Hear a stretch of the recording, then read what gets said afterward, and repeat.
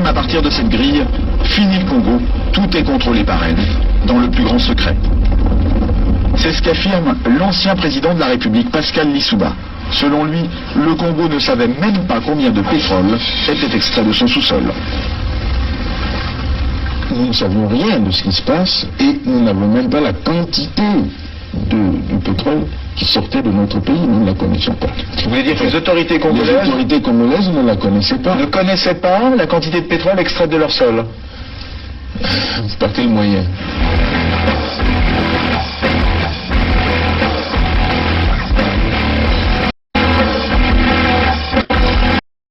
Une seconde chose, c'est qu'une grande partie de l'argent qui est dans notre porte-monnaie vient précisément de l'exploitation depuis des siècles de l'Afrique. Pas uniquement, mais beaucoup viennent de l'exploitation de l'Afrique. Alors, il faut avoir un petit peu de bon sens, je ne dis pas de générosité, de bon sens, de justice, pour rendre aux Africains, je dirais, ce qu'on leur a pris, d'autant que c'est nécessaire si l'on veut éviter les pires convulsions ou difficultés avec les conséquences politiques que ça comporte dans le prochain avenir.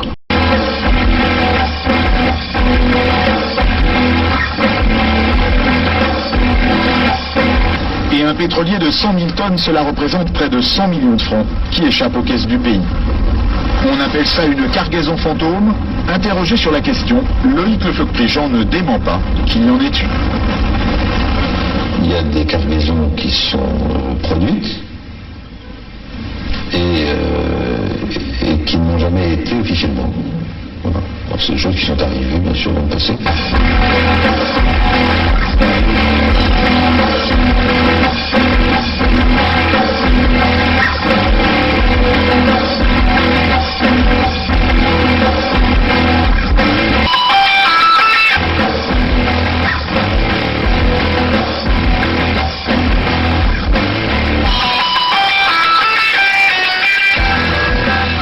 À mon avis, après analyse, je pense que le président Lissouba n'était pas prêt à organiser une élection présidentielle. Je crois qu'il cherchait l'application d'un article de la Constitution qui disait que si pendant la campagne électorale l'un des candidats venait à mourir, le président de la République était autorisé à proroger son mandat et à renvoyer l'élection à plus tard. Je crois qu'il cherchait, à mon avis, cet incident-là pour que l'élection n'ait pas lieu. Parce que moi, je pense qu'il n'était pas sûr de la gagner. L'objectif, c'était Denis Sassou Nguesso. Neutraliser Denis Sassou Nguesso. Oui, neutraliser Denis Sassou Nguesso pour que l'élection n'ait pas lieu. Mes chers compatriotes, je suis en difficulté. Je me bats contre la mort, mais cependant, je vous demande de vous lever pour le changement. Je ne serai pas battu pour rien. Battez-vous. Je ne serai pas battu pour rien. Levez-vous. Comme un seul homme, faites-moi plaisir. Je me bats sur la vie de mort. Vous aussi battez-vous pour votre changement. Allez-y. Il y va de l'avenir de vos enfants. Battez-vous. Merci. On ne pouvait pas s'allier avec Lissouba pour que nos amis de Luanda se croisent les bras. Donc nous avons obtenu un appui matériel de Luanda qui nous a permis d'aller vers la fin de la guerre. Mais je dois dire que cet appui, nous l'avons obtenu début octobre 1997, mais la guerre avait commencé le 5 juin 1997. Et les armes venaient d'où alors? Comment elles étaient acheminées? Il y a les airs, il y a les mers, il y a les routes. Pour partir de Luanda au Congo, je crois qu'on n'a pas besoin d'un miracle, non?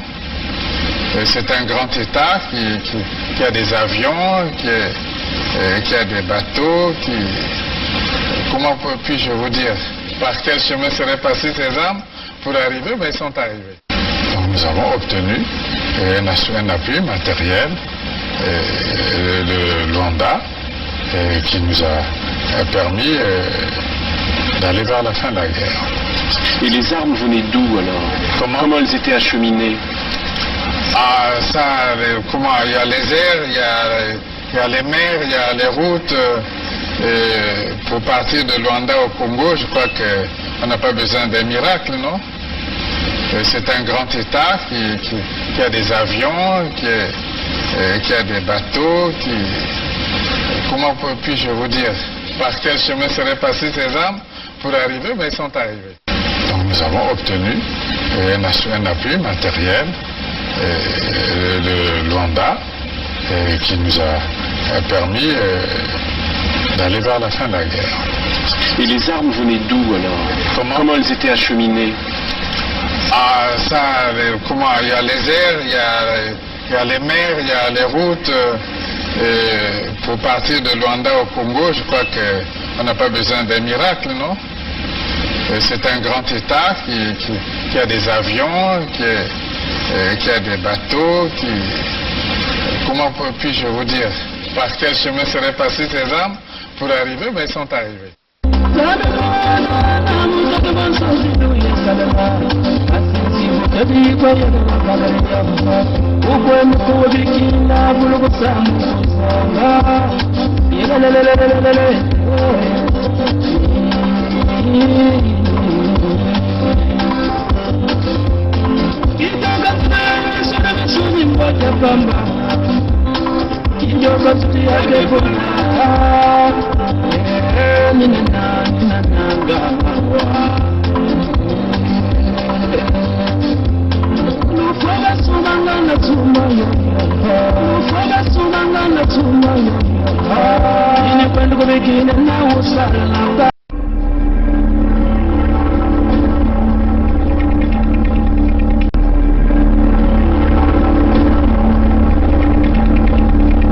C'est les Congolais qui sauveront le Congo. Ce n'est pas la communauté internationale. N'y comptez pas. C'est les Congolais qui sauveront le Congo.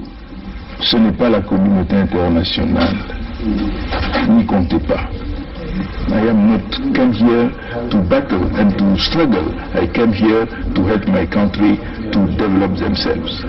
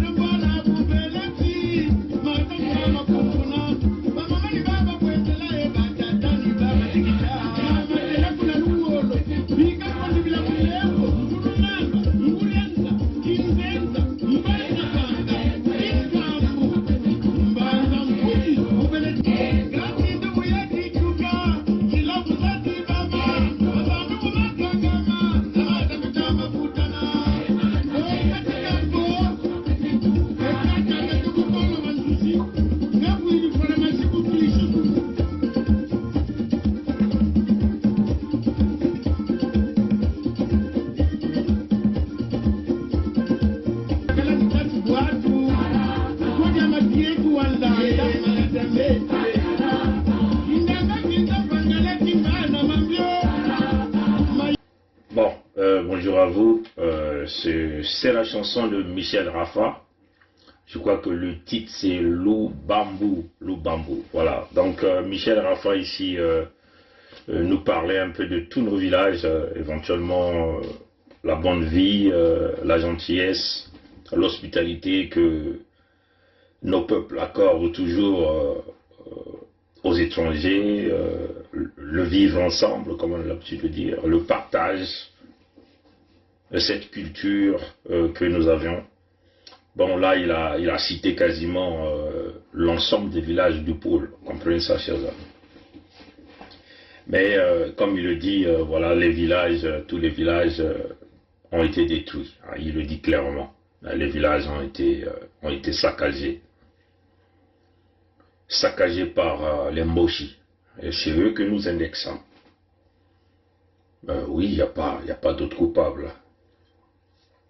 Ce sont les Moshi qui ont fracassé nos villages. Ce sont les Moshi qui nous tuent. Ce sont les Moshi qui nous détruisent. Les Moshi ne le font pas seuls. Les Moshi le font avec la complicité de la France.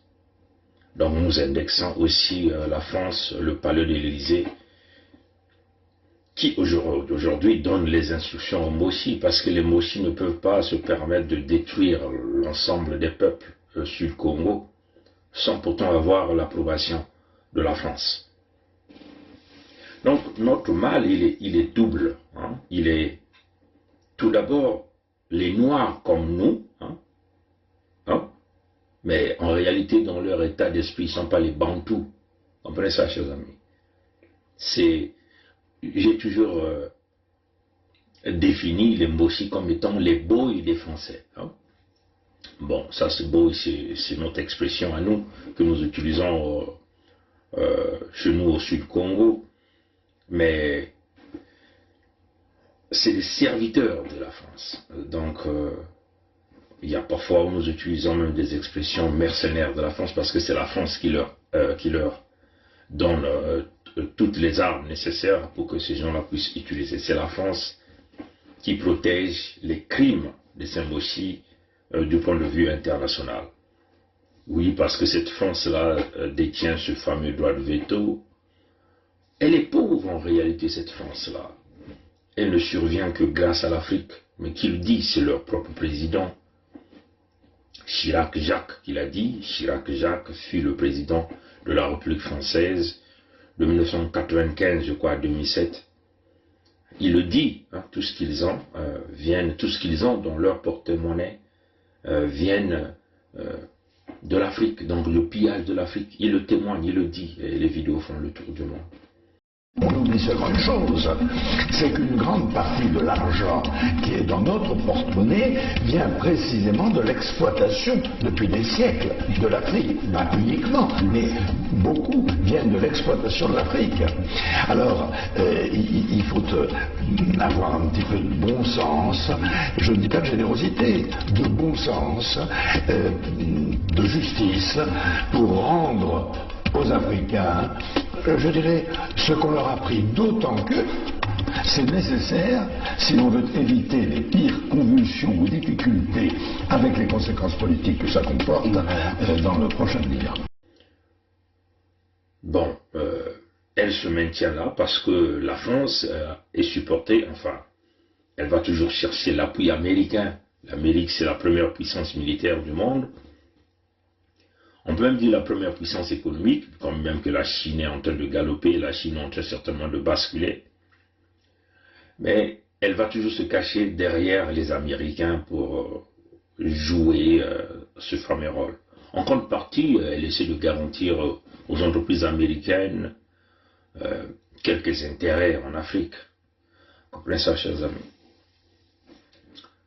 La France se maintient là à cause des loges franc-maçonniques qui aujourd'hui représentent un véritable goulot d'étranglement pour les peuples africains et surtout nous encore là au Congo-Brazzaville. Parce que dans cette franc-maçonnerie, il y a aussi les francs-maçonneries qu'ils ont élevées à l'état de la sorcellerie, qu'ils intitulent désormais Elikia, hein, au Congo, hein, là où il y a, éventuellement, vous comprenez que même le téléphone de Véran Mankou a été simplement dans ce fameux projet qui a coûté des multimilliards des fonds du Sud-Congo qui ont été volés par les Mboshi, qu'ils ont bombardé dans un fameux projet de téléphone, mais qui n'a jamais fonctionné. Ils ont intitulé ça Elikia. Et nombreux parmi vous ne connaissent pas que Elikia, c'est en réalité un petit groupe au sein même de cette franc-maçonnerie. Hein. Et ce petit groupe, c'est ce groupe qui s'occupe de la sorcellerie. Donc, c'est des criminels en réalité, hein, parce qu'ils sont dans tous les crimes. Hein. C'est là où ils ont amené des stratégies qui consistent à boire le sang humain, aller coucher avec les cadavres, aller prendre les organes, manger les testicules, tout ça, les organes humains, hein, c'est ça. Donc il n'y a pas de pitié dans ce petit groupe de cette franc-maçonnerie qu'ils ont amené à la dimension de la sorcellerie. Parce que normalement, la franc-maçonnerie devait être bâtie sur la construction, mais chez eux, c'est bâti dans la destruction. Hein. Je crois que le frère Roland Nito des Indignés 242 vous parle, vous fait beaucoup de révélations là-dessus. J'ai pas envie trop de passer le temps là-dedans. Donc Michel Raffa nous a fait une belle démonstration de ce qui était nos villages, de ce qui était le pôle. Le pôle demeure, comme on vous le dit, le moteur, la machine même de développement du Sud-Congo. Hein, c'est clair. Tout le monde l'a reconnu, le président Lissouba l'a reconnu, les anciens présidents l'ont reconnu, ainsi de suite. Donc, la stratégie de Mboshi consiste de casser le train, de casser la locomotive. Si vous avez une locomotive qui tire hein, tout le train, hein, donc toute la charge en réalité, donc si vous détruisez le moteur, vous comprenez bien que c'est une façon de casser quasiment tout le transport. Donc, le déplacement de marchandises du point A au point B ne pourra plus jamais se faire. Et c'est ça la stratégie de Mboshi. Casse le pôle, détruire le pôle, et c'est ce qu'ils sont en train de faire. Mais ils le font avec aussi, non pas seulement la complicité et l'approbation de la France, parce que pour la France, il faut exterminer les descendants Congo que nous sommes, donc au Sud-Congo. C'est ça la stratégie française. Et cette stratégie ne date pas d'aujourd'hui. Hein. Les Glénards André Matsoa se sont battus pour les terres, les Mamangunga se sont battus, les Tata Simon Kimbangu se sont battus. Vous comprenez ça, chers amis? Et nombreux de nos ancêtres, de nos grands frères, de nos grands-parents se sont battus. À la fin, ils ont fini par être exécutés. Si nous essayons de voir quelques cadres civils, politiques et militaires que nous avons, qui ont aussi résisté, ils ont été tous tués aujourd'hui. Le tout dernier a été tué, hein, c'est Kolela Parfegui, que d'ailleurs son cadavre se retrouve encore dans une morgue en France, qui est un exemple le plus récent. Il venait d'être assassiné le 20 mars 2021, là à Brazzaville. Et la France a décidé d'emmener le corps sur la place de Paris pour couvrir, cacher tous ces crimes. Michel Raffa nous a fait une bonne démonstration de ce que nous sommes, de ce qui est notre culture. Notre culture, c'est ouvrir nos cœurs, partager ce que nous avons. L'hospitalité. Et nous avons reçu ces gens-là chez nous. Ces gens-là sont venus sur nos terres. On les a reçus, on les a donné la bonne nourriture, les terres. Ils sont venus travailler, nombreux sont restés. Ils ont même profité de faire des enfants là-dedans. Ils ont même constitué la famille, mais c'était stratégique. Constituer des familles, nous pénétrer au sein de nos familles et nous casser de l'intérieur. C'est ça la stratégie qu'ils ont toujours utilisée. Et ils continuent d'utiliser cette stratégie. Et cette stratégie a beaucoup augmenté d'une manière exponentielle dans ce qu'il avait élucidé dans les opérations Mouebar. Il disait clairement, enceintez leurs enfants pour que vous déposez la marque. C'est comme ça qu'il appelait. Vous déposez la marque au sein de leur famille. La marque, c'est-à-dire que vous bombardez leurs petites filles des enfants et des enfants pour briser leur état mental. Donc, et lui, il appelait ça la sémence. Déposer la sémence pour le détruire de l'intérieur. Ça, c'est ça les propos de Sassou qu'il rédigeait dans l'opération Mouemba. nombreux parmi nous ne comprennent pas la problématique. Pendant que je vous parle, il y a une chair de poule qui vient d'arriver là, parce que quand j'ai prononcé ça, parce que quand c'est les opérations Moevara me viennent en face, parce que nous avons fait 2 émissions là-dessus. Oui, ils doivent casser la locomotive, ils doivent laisser leur empreinte, hein, la marque de la bête. Vous voyez, l'Apocalypse, ça a été écrit par qui? C'est pas Dieu qui a écrit l'Apocalypse. Ce sont les membres de la loge qui ont écrit l'Apocalypse. Ils ont déjà prédit le chaos qui arrivera. La marque de la bête que vous êtes en train de voir aujourd'hui, qu'on veut vouloir vous inoculer, cette marque de la bête, ça a été écrit par ces gens-là. Les spécialistes, les adeptes du Delta. Hein? Bon, je sais qu'ils vont peut-être même supprimer cette vidéo, ils vont beaucoup l'attaquer. C'est ce qu'ils ont fait. Ils ont déposé la marque du bête, là même, à l'entité Congo avec C, et surtout dans la partie sud, à nous, le peuple Congo. Regardez les nombres de jeunes filles qu'ils ont enceintés chez nous. Ils vous ont affamés par toutes les stratégies. C'était ça le plan. Détruire complètement le Sud Congo. 0 emploi pour les enfants du Sud. Aux jeunes filles, 0 opportunité. Mais elles vont se faire livrer, compte tenu que la souffrance va augmenter. Mais elles seront donc faciles à prendre comme des appâts, comme des poissons qui viennent seuls dans une nasse. Comprenez ça, cher homme? Et ce qu'ils ont fait. Et ils continuent, ils sont en train de le faire. Il n'y a pas 1000 solutions, mes chers amis. Il n'y a même pas une petite ouverture de discussion avec ces gens-là. Comprenez ça, chers amis? La complicité nordiste est très claire. Les nordistes sont dans ce complot. Comprenez ça, chers amis? Mais à l'heure où nous sommes en train de vous parler, vous ne voyez pas que le Moshi Sassou est quasiment à l'écart. Il est simplement là en train de préparer le couloir, essayer de guider le fameux fils Zaïra. Vous ne comprenez pas ça? Vous ne comprenez toujours pas ça? Hein? Il est à l'écart. C'est le fils Zaïra qui est là. Donc pour le moment, il est en train de le pousser, Il transmet petit à petit ce fameux pouvoir de l'entité Congo avec ses auprès de ceux. Vous ne voyez pas ça? Et au niveau du nord là-bas, vous avez vu leurs intellectuels parler, ou leurs militaires parler? Non, les militaires ont été corrompus parce qu'on vous avait dit dans les jours passés qu'il a reçu quelques, ils appellent ça les généraux, nous appelons les sakodo, les koro, les plus corrompus, les plus médiocres. Il les a tous reçus. Il les a demandé de soutenir le fameux fils Zaïrois, comme ils ont été, ils ont fait allégeance à lui, donc il faut faire allégeance au fils. Il leur a donné de l'argent les jours passés. On vous a dit ça. C'est cela la réalité. Et moi je le dis, je m'adresse à notre peuple Congo, ceux-là qui sont dans le fameux rêve là, le Congo est indivisible là. Vous n'aurez rien là-dedans. Le chaos nous guette. 6, 7, 8 millions des Zaïrois viendront là, au Sud Congo, pour vous engloutir définitivement. Hier, nous avons tous vu cette vidéo, nous avons aussi travaillé sur cette vidéo. Ce fameux véhicule que nous avons vu qui est parti de Brazzaville pour venir se faire réparer sur la place de Paris.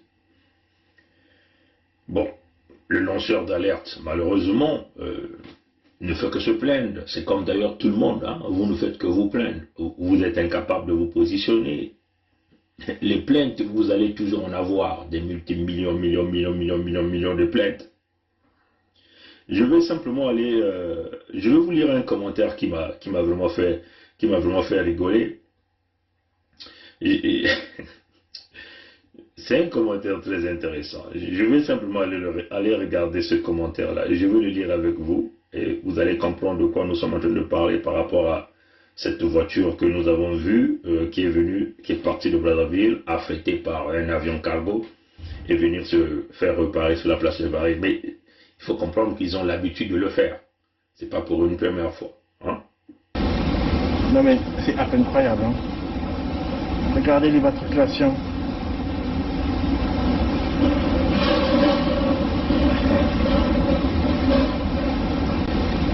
Non mais c'est incroyable, hein. Regardez l'immatriculation.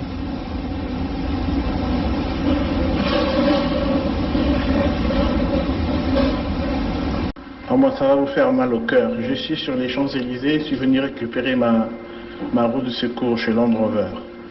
Et qu'est-ce qu'on trouve à l'atelier?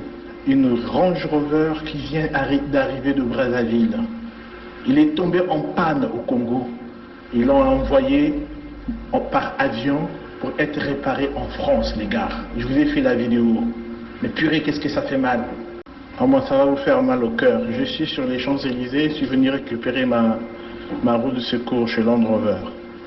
Et qu'est-ce qu'on trouve à l'atelier? Une Range Rover qui vient d'arriver de Brazzaville.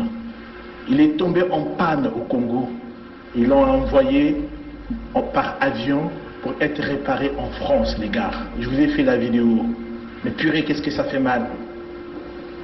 Mais bah, comme je dis, vraiment du boulot. Hein? Non mais c'est incroyable, hein. Regardez l'immatriculation.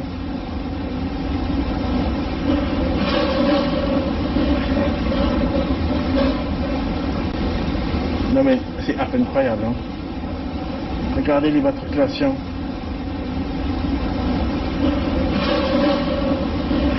Ah, moi, ça va vous faire mal au cœur. Je suis sur les Champs-Élysées, je suis venu récupérer ma roue de secours chez Land Rover. Et qu'est-ce qu'on trouve à l'atelier? Une Range Rover qui vient d'arriver de Brazzaville. Il est tombé en panne au Congo. Ils l'ont envoyé par avion pour être réparé en France, les gars. Je vous ai fait la vidéo. Mais purée, qu'est-ce que ça fait mal. Ah, moi, ça va vous faire mal au cœur. Je suis sur les Champs-Élysées, je suis venu récupérer ma roue de secours chez Land Rover. Et qu'est-ce qu'on trouve à l'atelier? Une Range Rover qui vient d'arriver de Brazzaville. Il est tombé en panne au Congo. Ils l'ont envoyé par avion pour être réparé en France, les gars. Je vous ai fait la vidéo. Mais purée, qu'est-ce que ça fait mal. Mais bah, comme je dis, vraiment du boulot. Hein? Et ces gens-là, ça ne leur gêne pas, hein, de faire ce genre de choses. Je vais simplement retrouver l'article, le commentaire. Ça y est, sur cette vidéo, nous l'avons mis sur YouTube. Il y a un commentaire très intéressant qui m'a vraiment fait rigoler. Je vais simplement essayer de le voir. C'est incroyable, hein, mes chers amis. Quand j'ai lu ce commentaire, là, ça m'a vraiment fait rigoler. Un instant, voilà.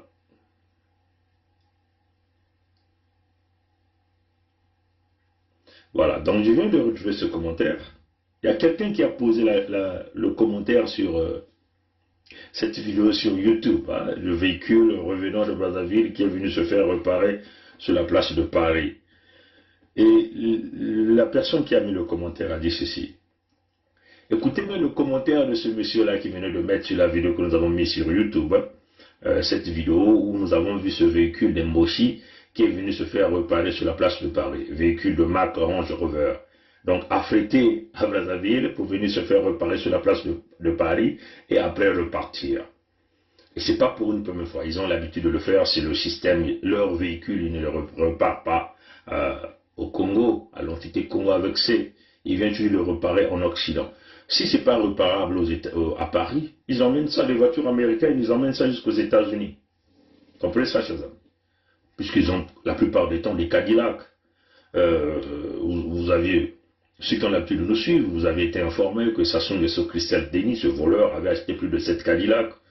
Hein, quand nous avons parlé de Miami 1, Miami Gate 1, Miami Gate 2. Hein. Pour ceux qui ne connaissent pas, allez-y sur YouTube, tapez Miami Gate 1, en grand 1, Miami Gate 2, donc en grand 2.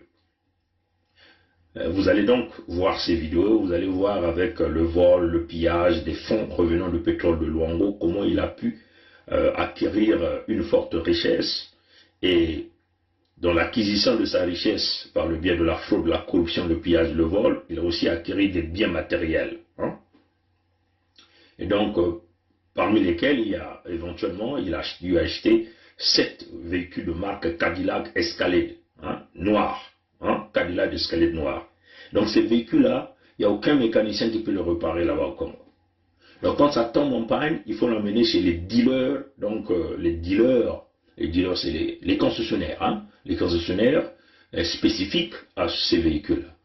La plupart de ces concessionnaires, je doute fort qu'ils sont en Europe puisque c'est des véhicules américains. C'est des véhicules américains. Donc il faut le mettre dans les cargos, le ramener aux États-Unis ou au Canada. Hein. On fait tout le travail de maintenance et puis bon voilà, on le remet dans les cargos et ça repart. Donc c'est ce commentaire qui m'a vraiment beaucoup intéressé. Il dit, il y a 2 mois, je suis parti chercher un ami à Sarcelles. Sauf que ce dernier me demande de le retrouver à la veillée d'un chien. À la veillée d'un chien. Qui était évacué sanitairement de Brazzaville à Paris. À l'hôpital vétérinaire de Maison Alfort. Hein? Vous qui êtes en France, je crois que vous devez connaître. Vous devez donc certainement googler. Vous allez googler hôpital vétérinaire Maison Alfort. A-L-F-O-R-T. Voilà. L'hôpital vétérinaire Maison Alfort. Sauf que ce dernier est mort. Résultat, retour à Brazzaville par Air France. Vous avez compris, je vais répéter encore. Il y a 2 mois, je suis parti chercher un ami à Sarcelles, sauf ce dernier me demande de le retrouver à la veillée d'un chien qui était évacué sanitairement de Brazzaville à Paris à l'hôpital vétérinaire Maison Alfort. Sauf que ce dernier est mort, résultat, retour à Brazzaville par Air France. Donc en réalité, ce monsieur qui a posé le commentaire, il a voulu rendre visite auprès d'un ami. Donc il appelle l'ami, je vais te visiter. L'ami dit, ben, rejoins-moi à tel endroit. Et donc à la veillée. Bon, lui ne savait pas. En se rendant à cette veillée, c'était une veillée de chiens, organisée par les Mboshi. Apparemment, ils avaient évacué ce chien-là de Brazzaville à Paris pour venir se faire soigner à l'hôpital vétérinaire Maison Alfort. Bon, ce chien-là a succombé. Donc il fallait organiser une veillée là sur la place de Paris, la veillée du chien, évacué avec les fonds du contribuable.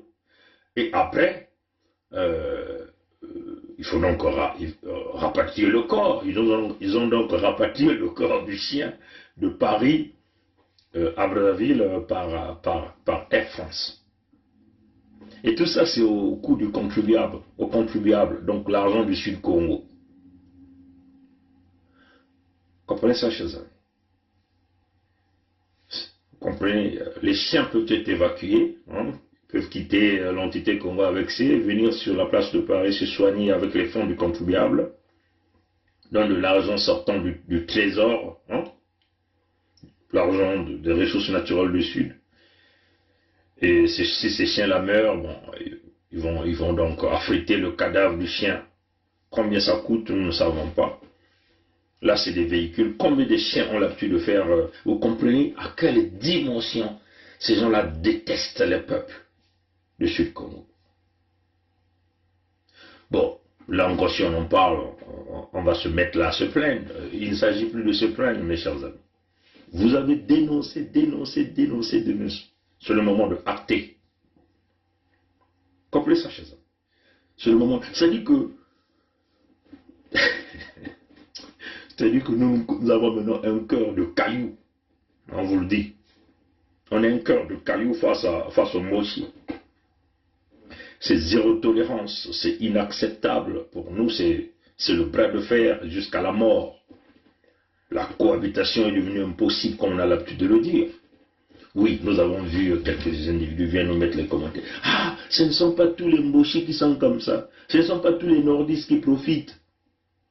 Mais que font ce pourcentage qui ne profite pas? Que font-ils? Que disent-ils? Pourquoi ils ne réagissent pas? On vient tuer au sud, ils ont la bouche bée. On vient voler au sud, ils ont la bouche bée. Bon, apparemment, on leur fait souffrir, ils ont la bouche bée. Bon, ce sont ces gens-là qui disent, ah, Pongui est devenu un radicaliste, hein. Vous n'avez pas vu là, il a gardé sa barbe, il est devenu un moudjahidine. Oui, je suis devenu un moudjahidine, oui. Si vous voulez que je sois moudjahidine par rapport à ma barbe, je vais l'être, alors. On comprend ça, chers amis. Ah, Pongui est devenu radical, donc nous on préfère pour nous Roland Nitou. C'est ce qu'il vient de me dire. Une façon de me mettre en porte-à-faux avec le frère Roland Nitou. Ah, parce que Roland Nitou, il est un peu modéré. Ce qu'il vient de me dire là. Il dit Roland Nitou a son caractère, moi j'ai mon caractère. Comprenez ça, chers amis. Ah oui, c'est ce qu'il vient de dire, mes chers amis. Je le sais, des emails, des messages, puisque mon email il est public.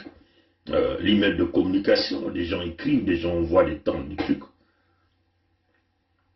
Oui, Roland Nitou, il a sa façon de parler, il est au contrôle de lui-même. Pongui aussi au contrôle de lui-même. On ne peut pas être égal.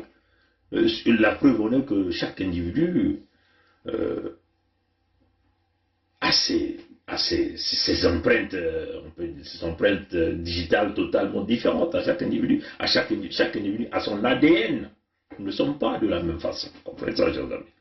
Donc, oui, chers amis, vous devez vous indigner, mais vous devez vous positionner, vous devez acter, vous devez prendre votre responsabilité. Ne venez pas ici, là, hein, regarder ces vidéos-là simplement parce que vous n'avez rien à faire, et vous prenez ça comme un peu les solos, hein, les masses solos, hein, les sketchs de chez nous, là, hein, qu'on appelle même, comment on appelle, les Bobo Diouf. Ne prenez pas ça comme les films des Bobo Diouf, hein, de Burkinabé. Ne prenez pas ça comme étant les films de Karachika, hein, c'est-à-dire les films de Nigérians, là, de Nollywood, hein, comment ils appellent ça. Ne prenez pas ça comme les massolos de Ngadia Diangadios, de Siatoula. Hein. Comprenez ça, chers amis. C'est pas le Lissapong, là. Le Lissapong, c'est de la fiction. Lissapong, c'est de la fiction. Ce que Georges Mbananou faisait. Lissapong, Pong. Les Anglais n'ont pas beaucoup, Tata Moko, Boye, Boye, Boye. Ça, c'est la fiction. Là, nous sommes dans une réalité. C'est comme si nous sommes en guerre, mes chers amis. Et on tire à bout portant. Les gens meurent, les gens tremblent, le matériel se casse. C'est ça la réalité. Ça casse des vies, ça détruit les familles. C'est une réalité. C'est pas un film, ce n'est pas de la fiction, c'est une réalité.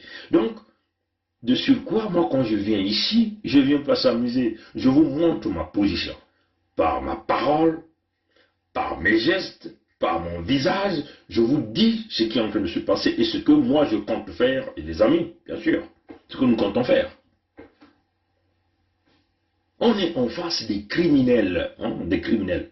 Si des gens arrivent à affréter des véhicules pour venir se faire réparer en Occident, alors qu'ils n'ont même pas réparé les routes, hein, ils affrètent des chiens.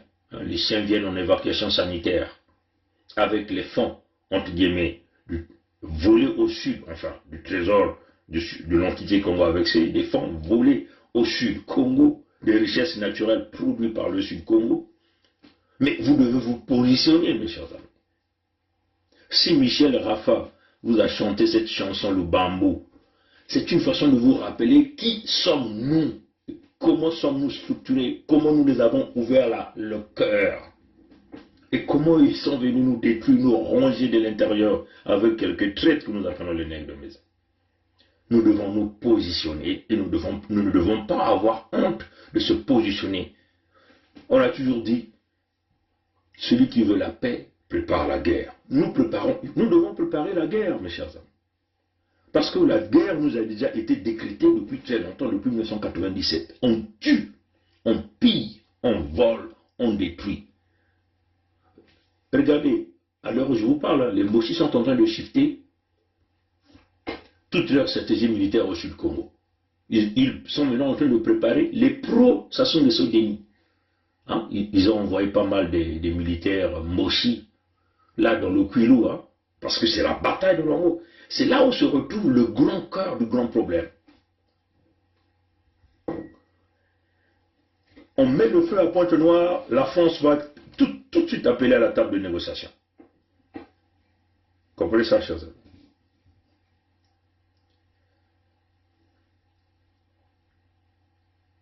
On met le feu à Pointe-Noire. Ils vont appeler à la table de négociation. Parce que toute leur énergie et leur attention est basée sur Luango. Tous leurs intérêts. Tous ces criminels mafieux du système de la France-Afrique trouvent leur gain là à Luango. Luango, c'est le point le plus stratégique. Depuis très longtemps, on vous a dit ça. On tire les coups de canon là à Pointe-Noire. Tu vas les voir tous. Ils vont être mouillés de sueur. Ils vont se mettre à donner les coups de fil à tout le monde. Je vous le dis, mes chers amis, mes chers compatriotes du Sud-Congo. La bataille de Luango va être, il faut le transformer en bataille militaire. On vous a toujours dit, avec ces gens-là, ils ne vont jamais reculer. Si vous ne les imposez pas les coups de canon militaires, là, c'est la solution avec les Moshi. C'est la solution avec le système de la France-Afrique. La solution, elle est militaire. Ce n'est pas une solution de négociation. Je vous le répète encore aujourd'hui. La solution, elle est militaire. Et je le dis haut et fort. Tous leurs intérêts qu'ils ont là, il y en a deux endroits qu'ils ont concentré leurs intérêts. Bon, je peux encore. Brazzaville, c'est facile à prendre. C'est facile à prendre. Vous leur coupez le pont de la Léfini, vous mettez des hélicoptères ou des avions qui vont sillonner tout au long du fleuve Congo pour qu'ils ne traversent pas de l'autre côté. Tout bateau qui traverse, vous brûlez. Vous dites à Tshisekedi qu'il ferme sa gueule, c'est une affaire des brigands de chez nous. On surveille tout au long du fleuve. Ils n'auront pas un endroit à s'échapper. Brazzaville, on va se neutraliser. On connaît leur palais. On a leurs maps, on a leurs adresses, on a toutes les informations sur ces gens. On connaît leur deuxième, troisième bureau. Même dans les quartiers sud de Brazzaville, là où ils ont des copines, c'est-à-dire que nos sœurs, qu'on a manipulées, qu'on continue de manipuler, elles sont nombreuses sur la place de Paris. Parce que ça fait partie des stratégies Mouebara affamées pour bien les contrôler. Et c'est là où on nous tient.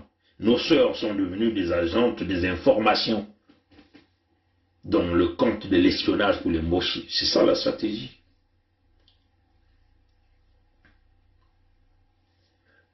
La plus grande partie, c'est à Oyo et dans Luango. Comprenez ça, chers amis? C'est là où ils ont tout caché. Et c'est là où ils ont concentré beaucoup de leurs efforts, beaucoup de leurs, entre guillemets, investissements qu'ils ont eu avec l'argent volé du Sud-Congo. Voilà pourquoi ils ont plein de militaires. Ils ont fait venir, entre guillemets, leurs partenaires français pour assurer leur protection, au détriment des descendants Congo. Comprenez ça, chers amis? On tire les coups de canon à Pointe-Noire, on tire les coups de canon à Oyo, le match est fini. On va mettre impraticable l'aéroport de Lombo, ce qui ne leur donneront pas assez de manœuvre. Parce qu'ils comptent beaucoup sur cet aéroport-là, on met ça impraticable, c'est-à-dire que cette piste ne peut plus jamais recevoir un aéronef. C'est ça la stratégie de guerre. Nous sommes en guerre, sa petite DCA ne compte pas. C'est une vieille technologie, on peut le fracasser en un rien de tout. La solution, elle est militaire. Nous préparons la paix au Sud-Congo, mais nous devons préparer la guerre.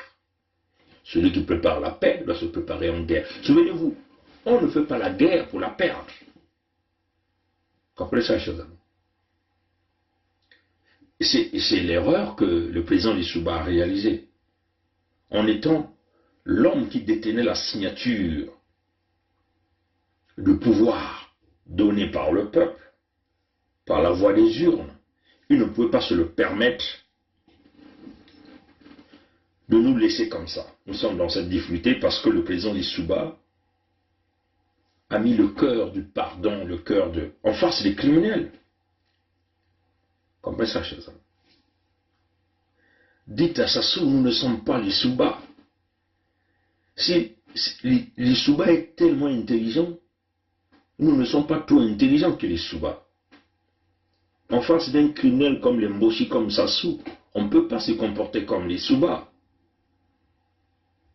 Parce qu'eux, ils sont sur un plan d'extermination, d'extinction du peuple Congo. Et ça, c'est connu. Les Français le savent, les Américains le savent, les Canadiens le savent, bref, les Africains le savent. Et personne ne dit rien. Qui va donc nous sortir de là? Le Souba a dit, c'est le Congolais avec K qui sauvera le Congo avec K. Quand le Souba le dit, mais c'est une métaphore. Il ne dit pas, le Congo le sait, incluant les Moshi, parce que les Souba savent que c'est des barbares. Comprenez ça, chers amis. On a encore mis une vidéo où vous avez vu quasiment tous les anciens leaders politiques s'exprimer, qu'il s'agit du président Pascal Lissouba, même le Moshi Yombi s'est exprimé là-dedans, mais le Moshi Yombi a essayé de tweak, comme on dit en anglais. Il a essayé un peu de changer, toujours dans le contexte de vouloir essayer de protéger Sassou. Les Kolela, Bernard s'est exprimé. Les Mongonga Nkobongila se sont exprimés. Ils vous ont donné qui est l'homme. Comment ça se passe? Et l'Issouba vous dit qu'il n'y a jamais eu de guerre civile au Congo. L'Issouba vous le dit dans cette vidéo-là. C'est là sur notre mur YouTube, sur notre page Facebook et sur notre chaîne YouTube. Si l'on veut regarder les choses telles que se sont passées, pas simplement en 97, mais en 92, en 93 et en 94, qui était l'initiateur des combats. En 92, qu'est-ce qui se passe? M. Sassou est éliminé des élections dès le premier tour. Président de la République en exercice. C'est rare. Il reste donc M. Lissouba et M. Kolela. Et M. Lissouba gagne au deuxième tour. M. Sassou prétend que nous avons signé un accord avec lui, alors que moi je me fais fort de dire qu'on s'était entendu sur 3 lignes pour dire, dès l'instant où le premier tour avait montré qu'il y avait que 2 candidats, M. Kolela et M. Lissouba, c'est M. Sassou qui a appelé M. Lissouba pour demander qu'il vienne avec lui pour lui donner un coup de main aux deuxième tour d'élection. M. Lissouba n'était pas demandeur, je suis bien placé puisque j'étais à cet entretien. En réalité, M. Lissouba n'avait pas besoin du concours de M. Sassou, parce que dans le Nord déjà, au premier tour, M. Sassou n'a pas eu la majorité du Nord. Il a été battu, y compris dans le Nord. Donc il se réclame comme si le Nord était en dehors du Congo. Et M. Lissouba, qui est un monsieur bien éduqué, qui pensait que bon, c'était un ancien président qui faisait une proposition, a accepté le principe. Nous sommes allés donc au deuxième tour de l'élection. On n'a pas vu véritablement la participation à ce deuxième tour des forces de M. Sassou. M. Lissouba a été élu. Et M. Sassou a revendiqué la participation au gouvernement de pratiquement le tiers de ce qu'elle allait être constitué. M. Lissouba, quand il est venu, avait un discours très clair. Si je gagne, je vais m'efforcer de gouverner avec tout le monde. Et c'est ce qu'il a voulu faire. Et il l'a fait. Et quand le président Lissouba dit, mais puisque vous tenez tant à la majorité, maintenant vous venez de renverser le gouvernement parce qu'il y a une motion de censure, que je viens de nommer un nouveau gouvernement, vous n'êtes pas du tout content, alors je dis sous l'Assemblée, on retourne devant le peuple, pour que finalement ils puissent vous conférer réellement la majorité. Ils n'ont pas voulu de cette démarche parce qu'ils savaient très bien qu'ils étaient battus. Et ils ont commencé à poser les barricades. C'est là qu'apparaît le premier phénomène des miliciens. Cobra. Novembre 92. Donc c'est pas 97. Novembre 92. Les Cobras sont dit. C'est M. Sassou. Et c'est là qu'apparaît aussi les ninjas. Et c'est là qu'apparaît le phénomène de la distribution de la cocaïne de manière ouverte à des jeunes de 14, 15, 16 ans, pour qu'ils soient en mesure d'être plus alertes pour participer au combat. Évidemment, ils prennent des risques incalculables. Le Forum national pour la réconciliation, l'unité, la démocratie et la reconstruction du Congo qui s'ouvre ce jour constituera, à n'en point douter, une césure dans l'histoire de notre pays,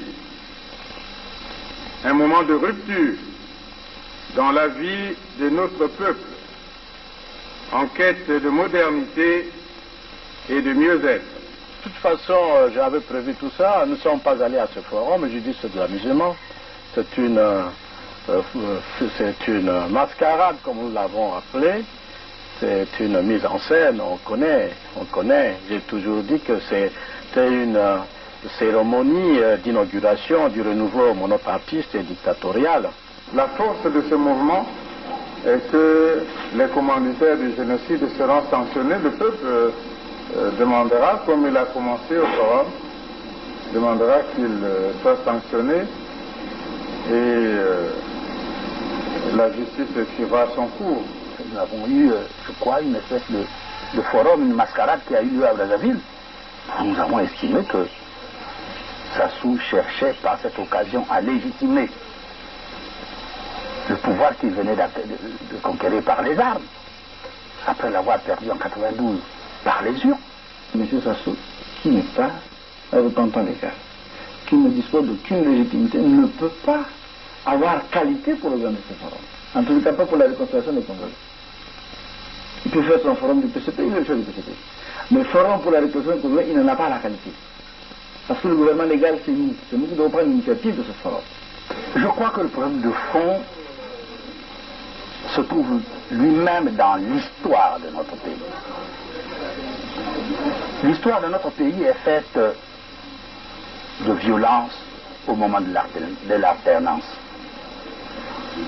Pouvons dire que depuis les indépendances, il n'y a jamais eu d'alternance qui se passe dans la paix et la sérénité. Même quand nous disons, nous, que 92 s'est bien passé, en 92, il y a eu une conférence nationale. Et que la conférence nationale a été une espèce de coup d'État populaire qui a amené d'autres institutions, qui a mis en place un acte fondamental face à une constitution qui existait. Donc, Sassou n'est pas parti du pouvoir en 92 parce qu'il l'a voulu. Sassou est parti du pouvoir en 92 parce que l'ensemble du peuple en avait assez du monopartisme et aspirait normalement à la démocratie.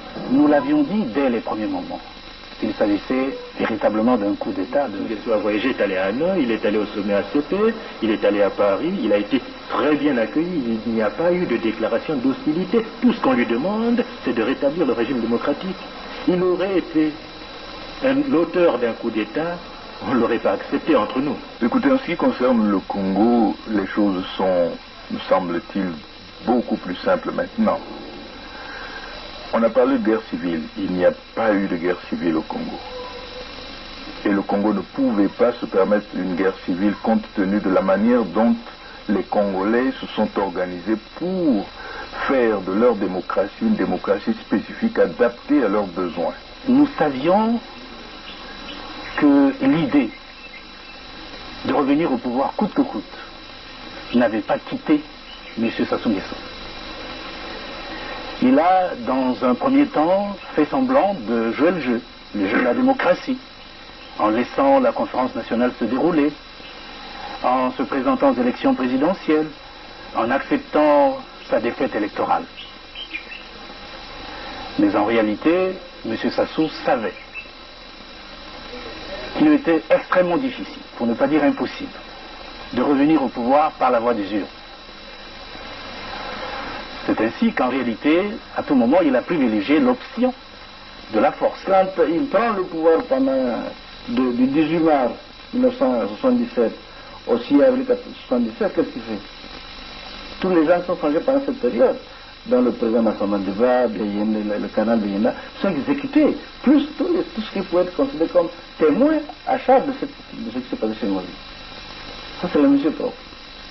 Donc, celui qui a l'habitude d'exécuter des sales besoins, qui ne donne aucune valeur à la vie humaine, c'est un monsieur propre. Les gens qui étaient en fonction officielle normale pour défendre la République, c'est ça les génocidaires. Qui ont une définition certainement particulière. Mais il est particulier à M. Sassou qui est un monsieur particulier qui ne sait pas que c'est la loi. Lorsque la guerre s'est terminée, j'ai également déposé une plainte au nom de nombreuses parties civiles au tribunal de grande instance de Paris dans le cadre d'une procédure qui est favorable aux associations qui se constituent partie civile. On peut également, bien sûr, en initiant des procédures sur le plan national, lancer des mandats d'arrêt, demander que, par exemple, la France extrade. Mais au niveau du droit français, des procédures françaises, il y a aussi une autre manière de faire. La France, pour l'extrader, va devoir regarder ce qui se passe au Congo. Mais je rappelle que la France est signataire de la Convention européenne de sauvegarde des droits de l'homme et des libertés fondamentales. Et que cette convention a des dispositions interdisant l'extradition par un membre signataire de ces conventions d'un délinquant vers un pays où il risque des traitements inhumains, dégradants, bref, où il risque la peine de mort. Il ne faudrait pas qu'il y ait impunité. Ce que nous demandons, que les coupables, les complices, les principaux acteurs du génocide soient jugés. Ce n'est pas un secret qu'il y a des éléments de l'armée angolaise qui sont dans le pays et qui nous ont apporté leur soutien dans la dernière phase de la guerre civile. Nous avons malgré tout une armée d'occupation.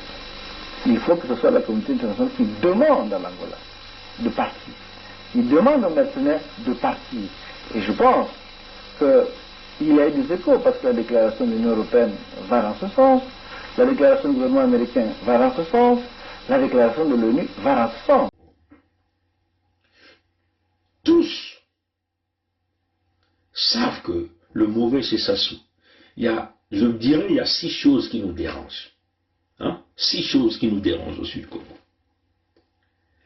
Au numéro 1, il y a Sassou Denis Mathurin. Au numéro 2, il y a le PCT, Parti Congolais du Travail et son système. Comprenez ça, chers amis. Au numéro 3, il y a les loges franc-maçonniques. Dans les loges, je vais donc ajouter même les églises. Les églises sont là-dedans. Tous sont là-dedans. Bon. Il y a la France qui est là-dedans. Comprenez ça, chers amis. Et puis nous avons aussi les traites intérieures qui sont là, au milieu de nous. C'est la véritable problématique qui nous mine là au Sud Congo. Comprenez ça, chers amis. Donc, pour éradiquer à ça, je vous dis, ces gens-là ne quitteront jamais le Sud Congo sans qu'il les classe. C'est quand les coups de canon vont commencer à se faire tirer à Pointe-Noire. Ils vont chercher à tout faire pour protéger Pointe-Noire, mais ils n'arriveront pas.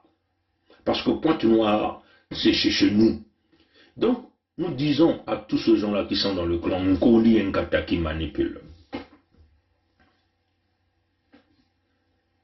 Quand la France, des intérêts, de la criminalité, des cols blancs, ainsi de suite, entendra qu'il y a des coups de canon, je dis bien les coups de canon, pas les PMACA, les coups de canon, commencent à se tirer là à Pointe-Noire, ils n'auront pas de choix. Ils vont appeler, vous allez voir, ils vont nous appeler là, eux-mêmes là, ils vont appeler. Pongi là, écoutez, il faut qu'on parle. Tikaya Zinga premier, il faut qu'on parle. Makoso 5, Kai, comment, Birangi, mais comment on essaie de trouver la solution. Ils vont venir chercher la solution. Ils vont chercher la table de négociation. Souvenez-vous,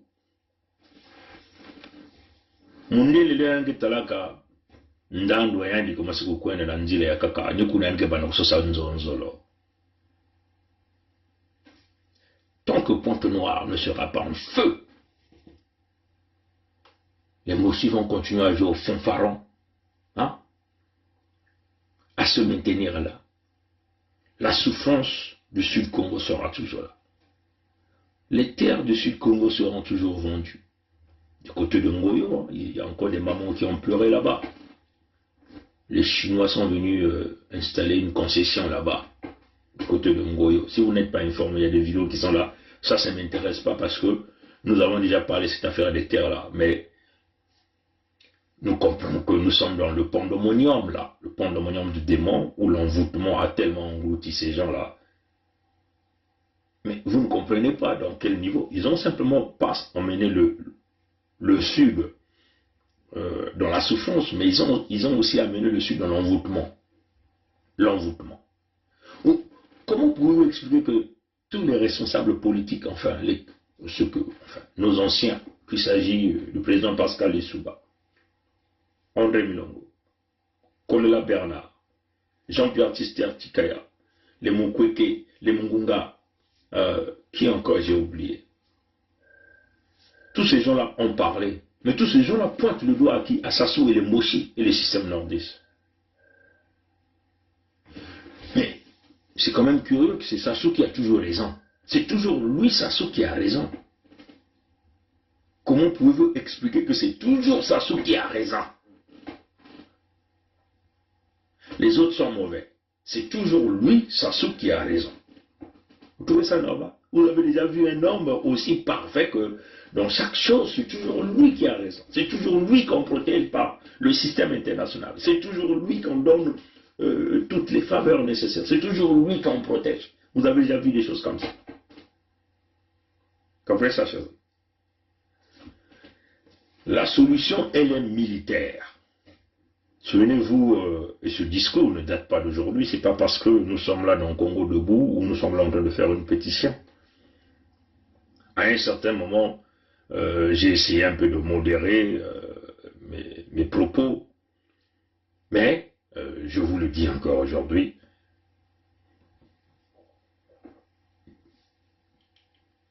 la solution, elle est militaire. Comprenez ça, chers amis. Et nous ne faisons... Vous voyez qu'eux, ils ont fait la guerre, c'est pour gagner, c'est pour coloniser. Ndengue vous a dit, ils ont failli être somalisés. On ne sait pas. Qui les a somalisés? À notre connaissance, nous savons que Lissouba n'a jamais tiré le coup de canon, même au nord du Congo là-bas. Comprenez ça, chers amis.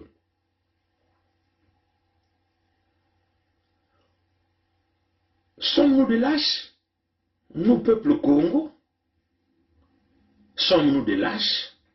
Devons-nous continuer à laisser ces gens-là nous malmener de cette façon, nous détruire? Sommes-nous incapables véritablement de s'organiser, de défendre nos territoires, de défendre nos terres, défendre nos ressources naturelles, protéger nos enfants, préparer ces terres-là pour nos enfants?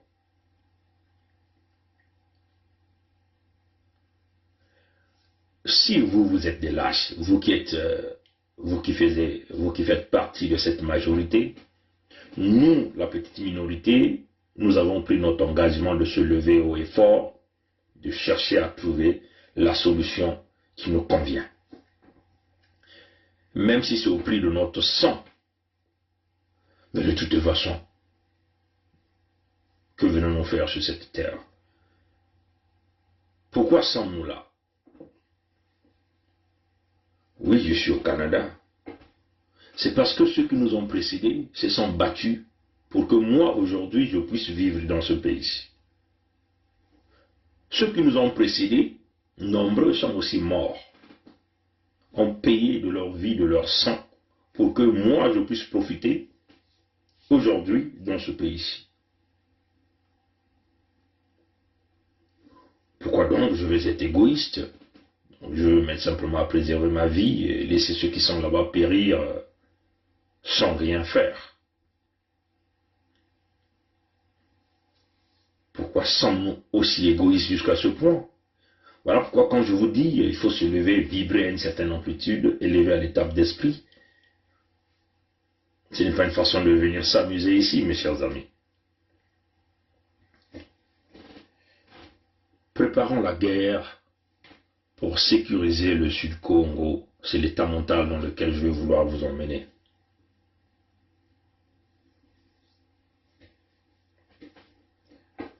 Les Moshi s'achètent des armes, n'est-ce pas? La communauté dite internationale leur laisse la possibilité d'acquérir les armes, n'est-ce pas? Cette même communauté internationale sait que ce monsieur a volé l'argent du Sud-Congo, n'est-ce pas? Ce que vous devez comprendre, c'est que cette communauté internationale laisse les Mbossi faire. C'est parce que cette communauté internationale sait que Sassou a donné des gages. C'est quoi les gages? Ce sont les ressources naturelles du Sud-Congo.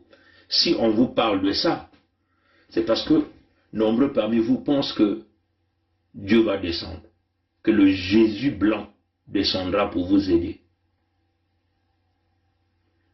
Certains pensent même que le ciel va s'ouvrir, Jésus va descendre en soutane blanche pour nous aider. Certains pensent que les Français viendront leur aider. Certains pensent que les Américains, les Canadiens viendront leur aider.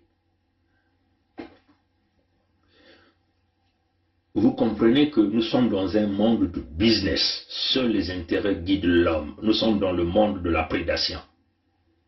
Personne ne viendra t'aider si tu n'apportes rien sur la table. Il faut que notre peuple puisse comprendre. Les Mbossi ont compris ça. Voilà comme vous voyez, tous ces blancs-là, qui partent de partout à travers le monde entier, atterrissent maintenant désormais à Oyo, ils viennent prendre leur mal et se barrent. C'est pas pour rien qu'ils ont construit l'aéroport là-bas. Roland Itou vous a dit quoi? Qu'à partir de l'Occident, même sur Booking.com, qui est ce site que les gens peuvent se booker les hôtels, acheter même les tickets d'avion, et ainsi de suite, tu peux booker pour aller à Oyo. Donc apparemment, ils ont des vols, hein, en passant par des escales quelque part. Donc tu peux partir de partout à travers le monde entier pour venir à Oyo. Souvenez-vous que Oyo est déjà devenu la capitale de l'entité Congo avec C, même s'ils ne veulent pas le dire d'une manière claire. Ce que je veux vous dire ici, mes chers amis, dans ce monde ici, avec les partenaires occidentaux, asiatiques, même les Russes, il n'y a rien pour rien. Ils vont vous laisser crever si vous n'apportez rien sur la table. Et c'est ce que les Mbossi ont compris. Et les Mbossi le font avec les ressources naturelles qui ne leur appartiennent pas. Ils le font avec les ressources naturelles du Sud-Congo. Est-ce que vous comprenez ça? C'est-à-dire qu'ils bradent les ressources naturelles du Sud-Congo pour que eux puissent vous maintenir dans cette colonisation intérieure, vous piétinez tout le jour. Est-ce que vous comprenez ça? Donc, vous pouvez rester là, à pleurer, à vous plaindre. Ils n'ont rien à cirer de vous, tant qu'ils vont continuer à garantir les matières premières du Sud, tant qu'ils vont continuer à garantir les terres du Sud à leurs partenaires occidentaux, asiatiques, africains. Comprenez ça, chers amis? C'est là les enjeux. Là, vous avez vu, on vous a parlé de Lokoy, le russe. Donc, la compagnie pétrolière russe qui est déjà là, qui gère déjà le champ pétrolier qu'on appelle Marine 12, avec Eni. Et donc, le russe Lokoy va prendre les actifs de Eni en 2024 parce que Eni va quitter l'entité Congo avec C. Et là, nous sommes où? Nous sommes dans Luango. Nous sommes dans les terres de Luango, donc dans les terres de Mani Makosso Sikozo. Nous sommes dans les terres de Tikaya Zinga Ier, roi de Luango. Nous sommes dans les terres de Makosso V, roi de Luango. Les Mbossi sont à Oyo. Hein? Les Russes vont leur donner, ils vont donner le pétrole aux Russes, et les Russes vont assurer leur protection. L'avenir des Mbossi dont on vous parlait, c'est là que ça se situe. Hein? Je reviens encore sur ça. La stratégie des Mbossi a été très claire. L'avenir, celui qui a vu le père verra le fils. Le père a fait déjà 50 ans dans ses rouages de pouvoir. Le fils va faire 50 ans, ils vont faire 100 ans. Comment vont-ils le faire? Ils vont coopter, ils sont en train de coopter les 3 nations qui détiennent les droits de veto à l'ONU. La Chine a un droit de veto à l'ONU. Vous avez vu la magouille avec les Chines. On délie le président du conseil d'administration à une banque chinoise. Ce même Ondeli et encore son ministre venait d'être nommé ministre des Finances. Il y a un certain Obambi qui est le président adjoint du conseil d'administration d'une banque chinoise. Vous comprenez ça? Est-ce que vous comprenez ça? Les Chinois qui aiment l'argent vont mettre les Mboshi comme président de leur conseil d'administration. Dans une banque là. Est-ce que vous comprenez la dimension? Non, vous ne comprenez toujours pas. Bon. La Chine a un droit de veto à l'ONU. Donc la Chine à n'importe quel moment peut exercer son veto pour protéger le régime des Mboshi. Hein? La France, n'en parlons pas. Hein? La France a un droit de veto. Et c'est cette France-là qui a toujours protégé tous les crimes de Moshi Sassou et tous les Moshi. Et cette France-là est l'allié principal des Moshi dans le Sassou. Hein? Et là, ils ont joué à une dernière carte. Ils ont mis donc la Russie, en passant par Lukoil. Donc, la Russie a un droit de veto au Conseil de sécurité de l'ONU. Donc, le plan qu'ils ont planifié pour exterminer les Congos vont aller à une vitesse supérieure. Si nous ne comprenons pas les enjeux, si nous ne comprenons pas, si nous ne saisissons pas ça, ils vont vite nous exterminer par les coups de canon. Aucun de ces pays-là vont imposer le veto. Hein? Donc l'avenir de Moshi va s'exercer. Et ils vont faire venir les 6 millions, 7 millions des Aïrois au Sud-Congo pour exterminer les Congos. Une fois qu'ils auront fini à exterminer les Congos, et souvenez-vous, nous sommes dans la guerre de l'eau, nous sommes dans l'Afrique centrale là. Hein? Une fois qu'ils vont finir avec les Congos, de l'entité Congo avec C, ils vont s'attaquer au Congo de la République démocratique du Congo, donc c'est Mwandansemi, tout le Bazaïr là-bas. Donc, que notre père, notre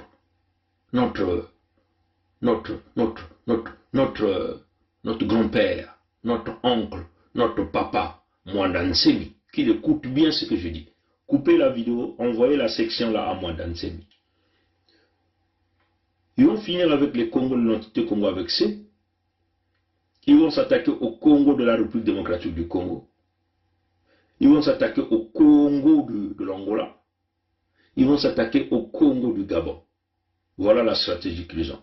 La domination totale pour mettre les Moshi, comme un peu aujourd'hui au Rwanda, vous voyez qu'il y a une ethnie qui domine quasiment.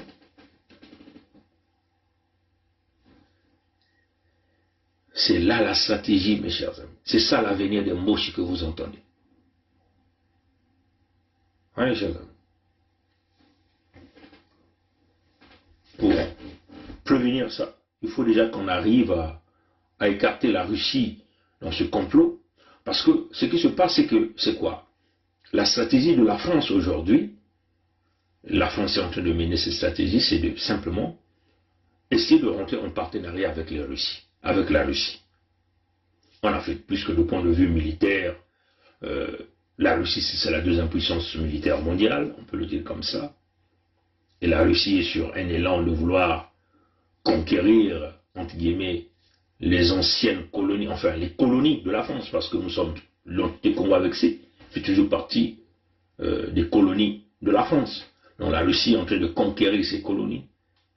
La France a trouvé là des stratégies pour le partenariat de partage des richesses du sous-sol de ces colonies à la place de faire la guerre ou de faire la tête à la Russie. Vous avez vu des François Fillon, ancien Premier ministre français, ceux-là qui recevaient déjà les costumes achetés par le Moshi Sassou. Nous connaissons Fillon Gate, hein, l'affaire Fillon Gate.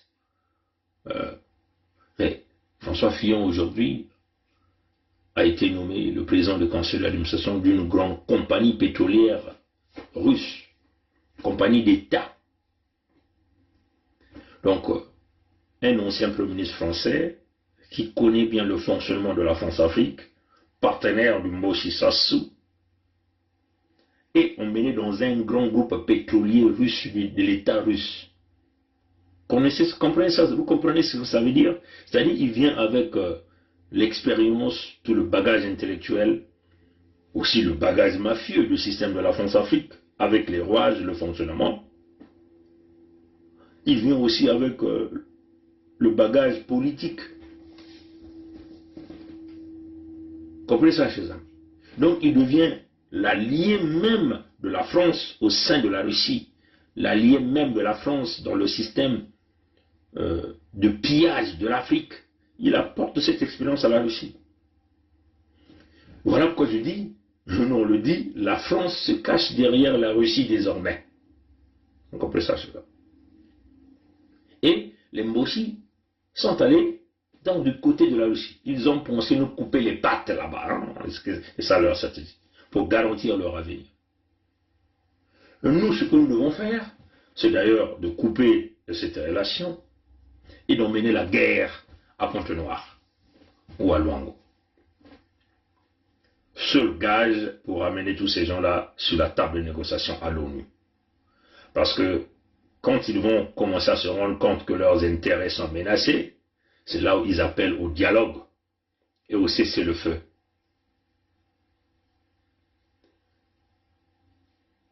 L'équilibre des forces militaires dont on vous parlait doit se réaliser là même dans Luango, la bataille de Luango. Et ça, nous allons le faire. On va le faire avec nos saguets, avec nos pelles, avec nos mpalou bassa, comme on dit, nos armes traditionnelles. On va le faire avec nos cocktails molotov. On va le faire avec les moyens de bord.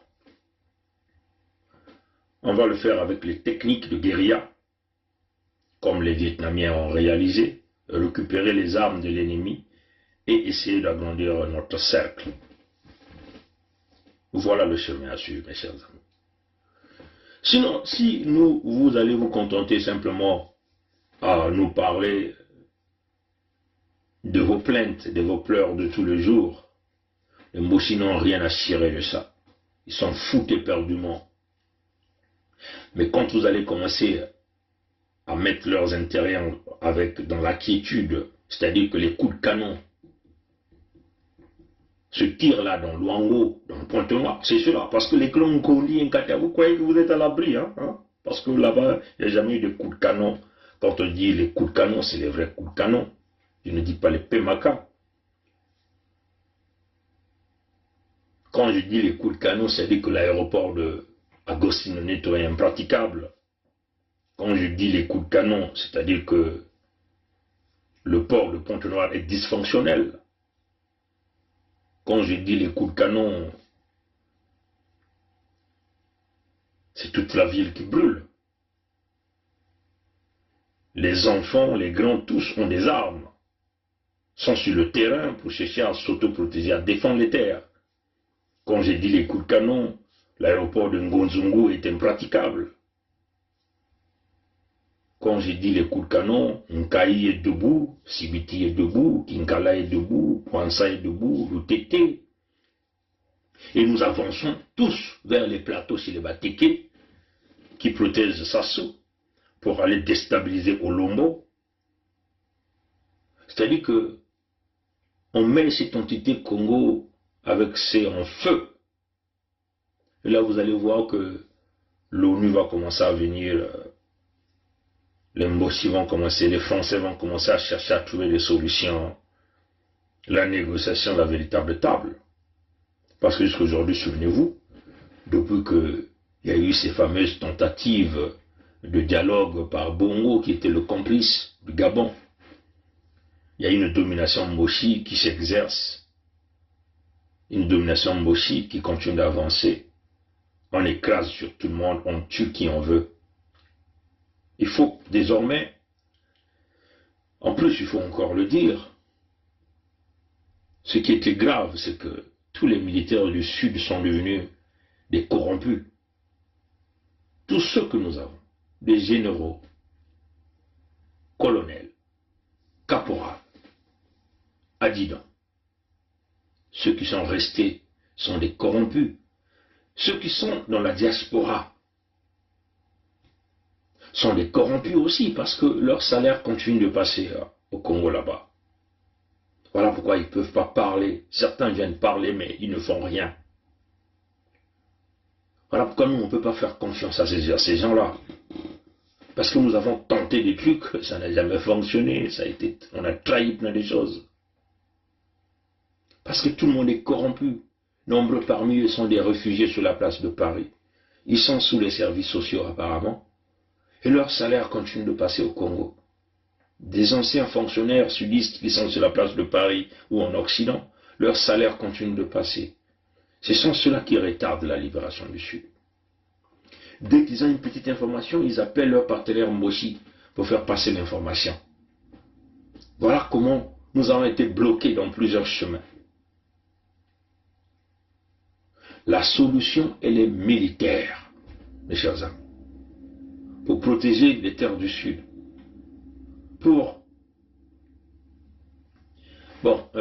Maître Sylvain Senda me dit, sauf le général Mba, sauf Mbaou, mon cher Bernard. Ah, ça c'est toi qui le dis. Moi, je n'ai pas cité le nom. Je ne cite pas les noms, simplement pour éviter les polémiques. Mais c'est cela qui est la réalité, mon frère Sylvain Senda. Nombreux de nos frères et sœurs militaires du Sud Congo sont en Occident. Leur salaire continue de passer au Congo. Et ça retarde notre lutte. Dès qu'ils ont une information, ils monnaient l'information auprès du régime Sassou. Et c'est ça la difficulté. Comment on va faire confiance à ces gens d'individus? Comprenez ça, chers amis.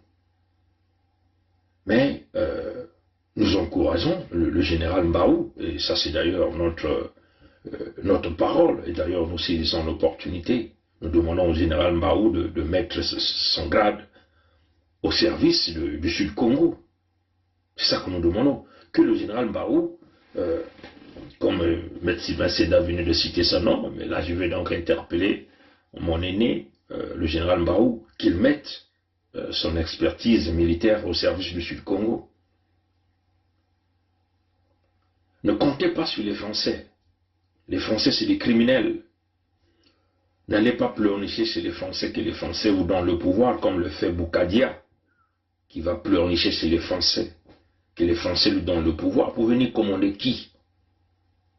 Pour faire la même politique? Non, on dit non. Il faut changer la formule. Que les anciens militaires, parce que à un certain moment, comme le maître Sylvain Senda est venu le dire, enfin, vous allez m'excuser, j'interpelle aussi le colonel Moussunda. Colonel Sim. C'est fini avec les discours. Il faut acter pour votre peuple. Le peuple du Sud Congo.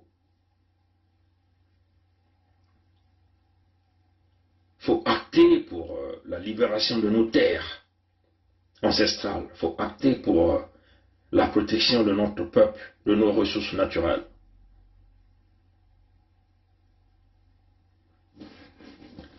L'unité nationale est une distraction qui nous emmènera nulle part. Et j'interpelle à tous les anciens officiers du Sud Congo. Nous sommes en train de préparer le grand projet, nous travaillons sur le grand projet de la Fédération Sud Congo. Nous avons besoin de l'expertise des militaires, les propositions des militaires sudistes. Donc nous lançons là une opportunité au général Ferdinand Mbaou, colonel Moussunda,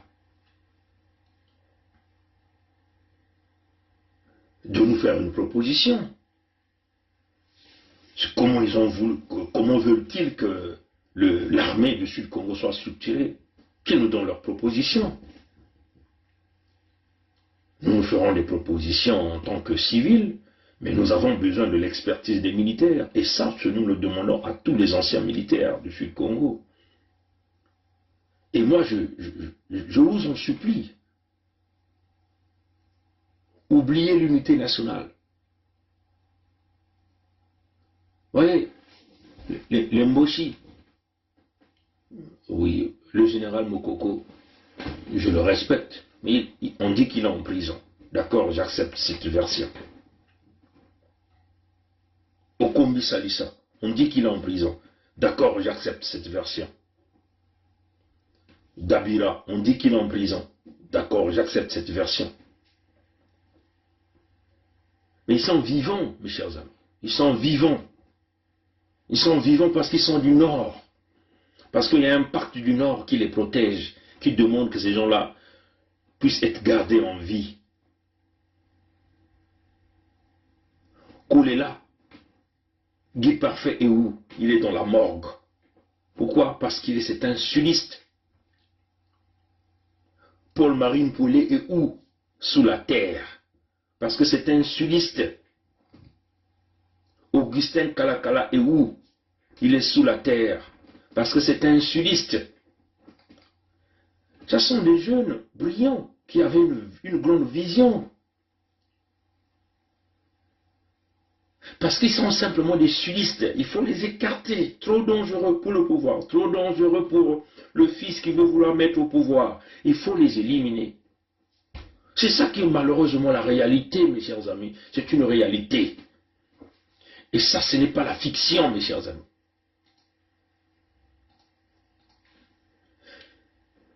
Ça, ce n'est pas la fiction. C'est une réalité. Alors, on vous parle. Pouvez-vous s'imaginer, le 15 mars, Kolela était vivant en train de sillonner. Le 20, on ne parle plus de lui. Il devenait un cadavre. Pouvez-vous s'imaginer ça?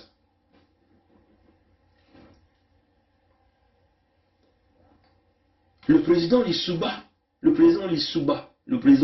l'a dit. Ça, c'est un ancien président qui a vécu dans ses rouages de pouvoir.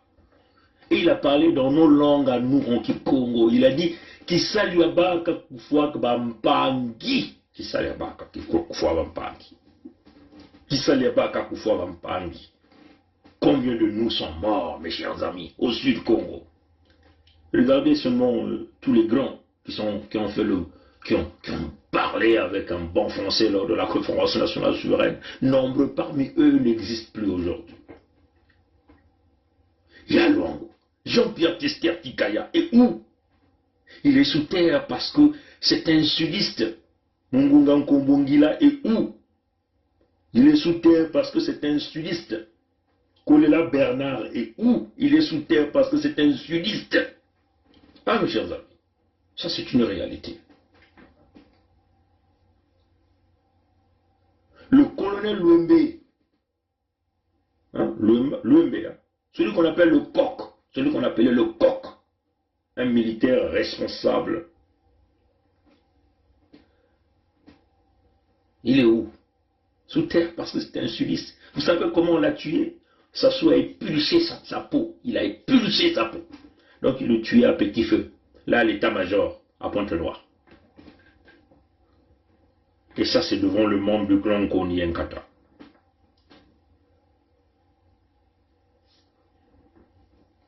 C'est une réalité. Hein? Vous avez vu ce qu'ils ont fait à Makaya, là, à Polé Makaya? À l'entrée de son village Madingo, on nous pointe l'arbre, un peu comme ça. On nous pointe l'arbre, mes chers amis. On nous pointe l'arbre. C'est l'unité nationale, le Congo, un est indivisible, c'est comme ça.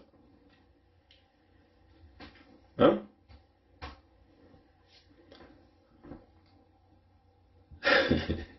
Laissez vos émotions de côté. Soyez aussi des hommes durs. Eux, ils ont dit, hein, Nyanambola a dit, nous les guerriers. Et c'est des guerriers. Donc nous au sud, on n'a pas de guerriers. Nous, descendants du Sud-Congo, dompteurs de léopards. Comprenez ça, chers amis? Nous sommes les dompteurs de léopards. Vous avez compris ça? Non, on n'est pas compris. Nous au Sud-Congo, dompteurs de léopards. Il n'y a pas de guerriers parmi nous. Pourquoi devons-nous être manipulés de cette façon? Notre propre riz, hein, on nous manipule et on nous jette les grains de riz. Hein.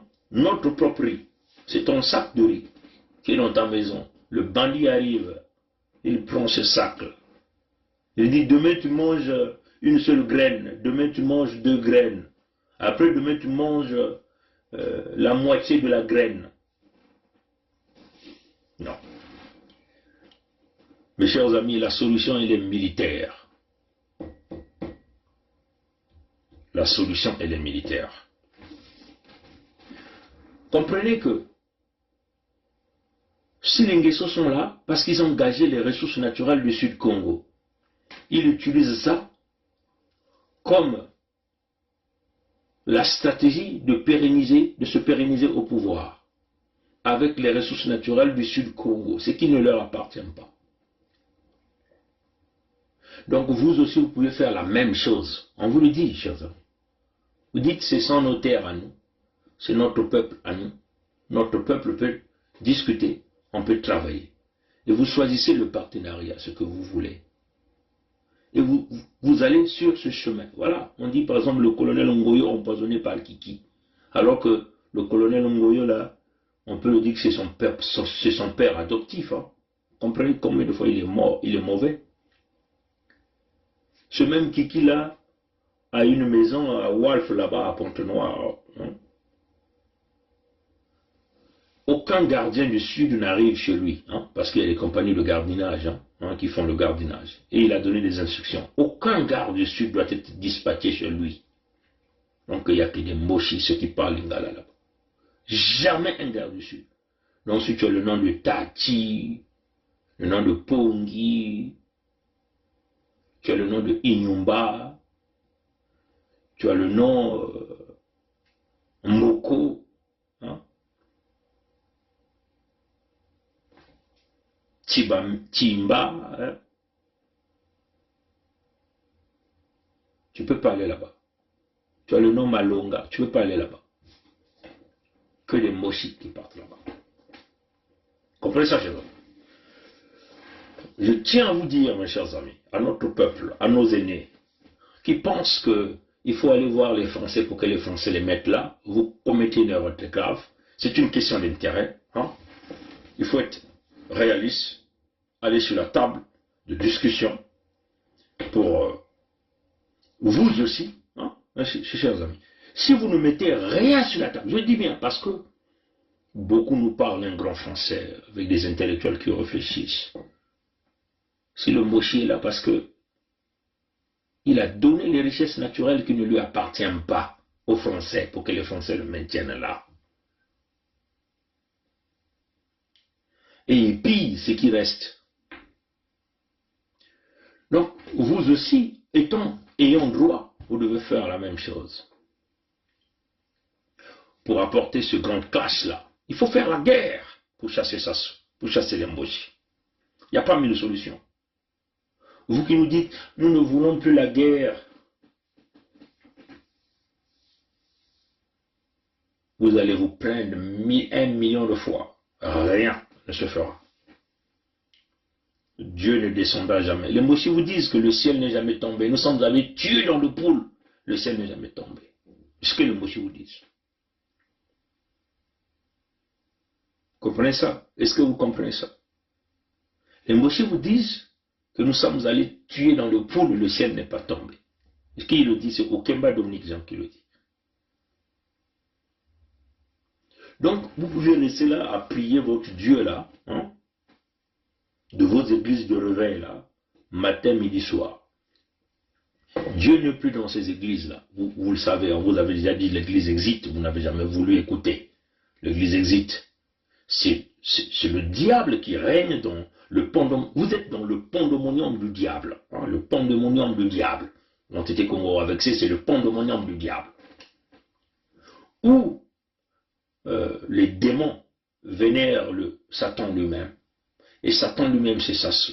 Voilà pourquoi vous êtes tous engloutis dans l'envoûtement. Parce que vous êtes incapables de reconnaître le mal.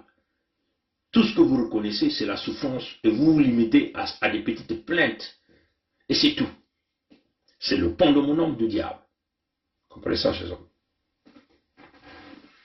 L'Église est entre les mains de Sassou.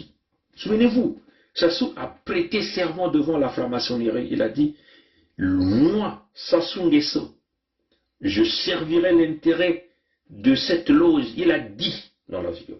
La vidéo est là. En cette haute fonction, je ferai tout ce qui est en mon pouvoir pour servir les intérêts de la franc-maçonnerie régulière en général et de cette grande loge en particulier. En cette haute fonction, je ferai tout ce qui est en mon pouvoir pour servir les intérêts de la franc-maçonnerie régulière en général et de cette grande loge en particulier. Moi, Denis Sassou Nguesso, en présence du grand architecte de l'univers et de cette grande loge de maçons sans être accepté, régulièrement tenu, assemblé et consacré, de mon plein gré et consentement, par ceci.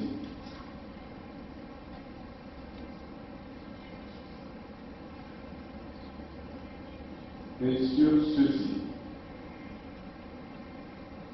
je promets solennellement que je m'acquitterai des devoirs de grand maître de la Grande Loge du Congo, fidèlement et consciencieusement, avec zèle et impartialité, et au mieux de mes aptitudes, jusqu'à ce qu'un frère ait été dûment élu et installé à ma place. Dans cette haute fonction, je ferai tout ce qui est en mon pouvoir pour servir les intérêts de la franc-maçonnerie régulière en général et de cette grande loge en particulier. Dans cette haute fonction, je ferai tout ce qui est en mon pouvoir pour servir les intérêts de la franc-maçonnerie régulière en général et de cette grande loge en particulier. Dans cette haute fonction, je ferai tout ce qui est en mon pouvoir pour servir les intérêts de la franc-maçonnerie régulière en général et de cette grande loge en particulier. Le grand architecte de l'univers m'aide et m'arme de constance pour remplir cette obligation solennelle que je prends comme grand maître de la Grande Loge du Congo. Donc il a fait allégeance au diable, au démon. Il servirait d'abord les intérêts de sa loge. Et lui, c'est le maître de la loge. Et il a mené la loge dans une autre dimension, la dimension Elikia, dans la sorcellerie. Voilà pourquoi vous avez l'extension, les conseils consultatifs des femmes, conseils consultatifs de la jeunesse, conseils consultatifs des sages de chaque département, chaque région. Et vous êtes dans le delta de la franc-maçonnerie. Vous êtes dans le delta de la sorcellerie. C'est lui qui commande, c'est lui qui dirige. Voilà pourquoi vous voyez des rituels compliqués là au Congo. On couche avec des cadavres, on boit le sang, on mange les organes humains. C'est devenu une réalité. Toutefois que tu vas chercher un emploi, on demande ta carte de membre, ton identité. Et quelle identité? L'identité à Elikia, à la loge, à ceci. C'est devenu la réalité. Les jeunes aujourd'hui sont cooptés, les jeunes filles sont cooptées. Des gens qui mangent du matière fécale des filles pour penser, dominer. C'est du satanisme avéré. Matin, midi, soir. Le coulement du sang, c'est devenu une pratique courante. L'être humain n'a plus de valeur. Ce qui compte, c'est leurs intérêts. Parce qu'ils sont non.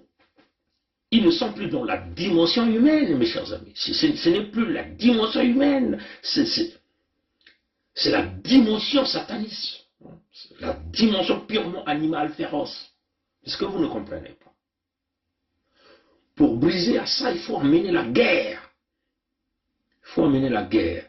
Il faut la guerre. Il faut la guerre. Là, à Luango, là où se retrouvent leurs intérêts particuliers. Pour secouer le cocotier, il faut le secouer là au centre même de Luango.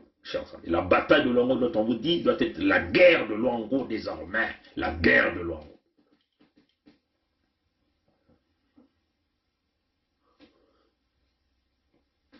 Ne nous dites pas que vous êtes des hommes de paix. Comment pouvez-vous être des hommes de paix en face de la cruauté que vous avez? C'est totalement impossible. L'équilibre des forces militaires doit s'imposer. Et ça a été toujours ma position depuis des années. Je suis pour la guerre pour chasser les Moshi. Et je serai toujours pour la guerre pour chasser les Moshi. Mais vous devez savoir que les Moshi ne sortiront pas comme ça. Parce qu'ils ont dit, venez nous chasser. Et nous irons les chasser. Mais ils doivent savoir, nous irons jusqu'au fin fond du Nord Congo pour récupérer ce qui nous appartient. À bon entendeur, salut, la lutte continue, le peuple gagne toujours. N'oubliez jamais de soutenir l'unité du Sud à tous les anciens militaires, policiers. Notre email adresse est publique. Envoyez-nous les propositions sur ce que vous voulez que cette police fédérale soit constituée. Envoyez-nous des propositions sur ce que vous voulez que l'armée fédérale du Sud-Congo soit constituée. Nous lançons encore un appel solennel à tous les intellectuels du Sud, les écrivains, les juristes, les médecins. Envoyez-nous vos propositions sur ce que vous voulez, sur comment va être structurée la vision de la justice.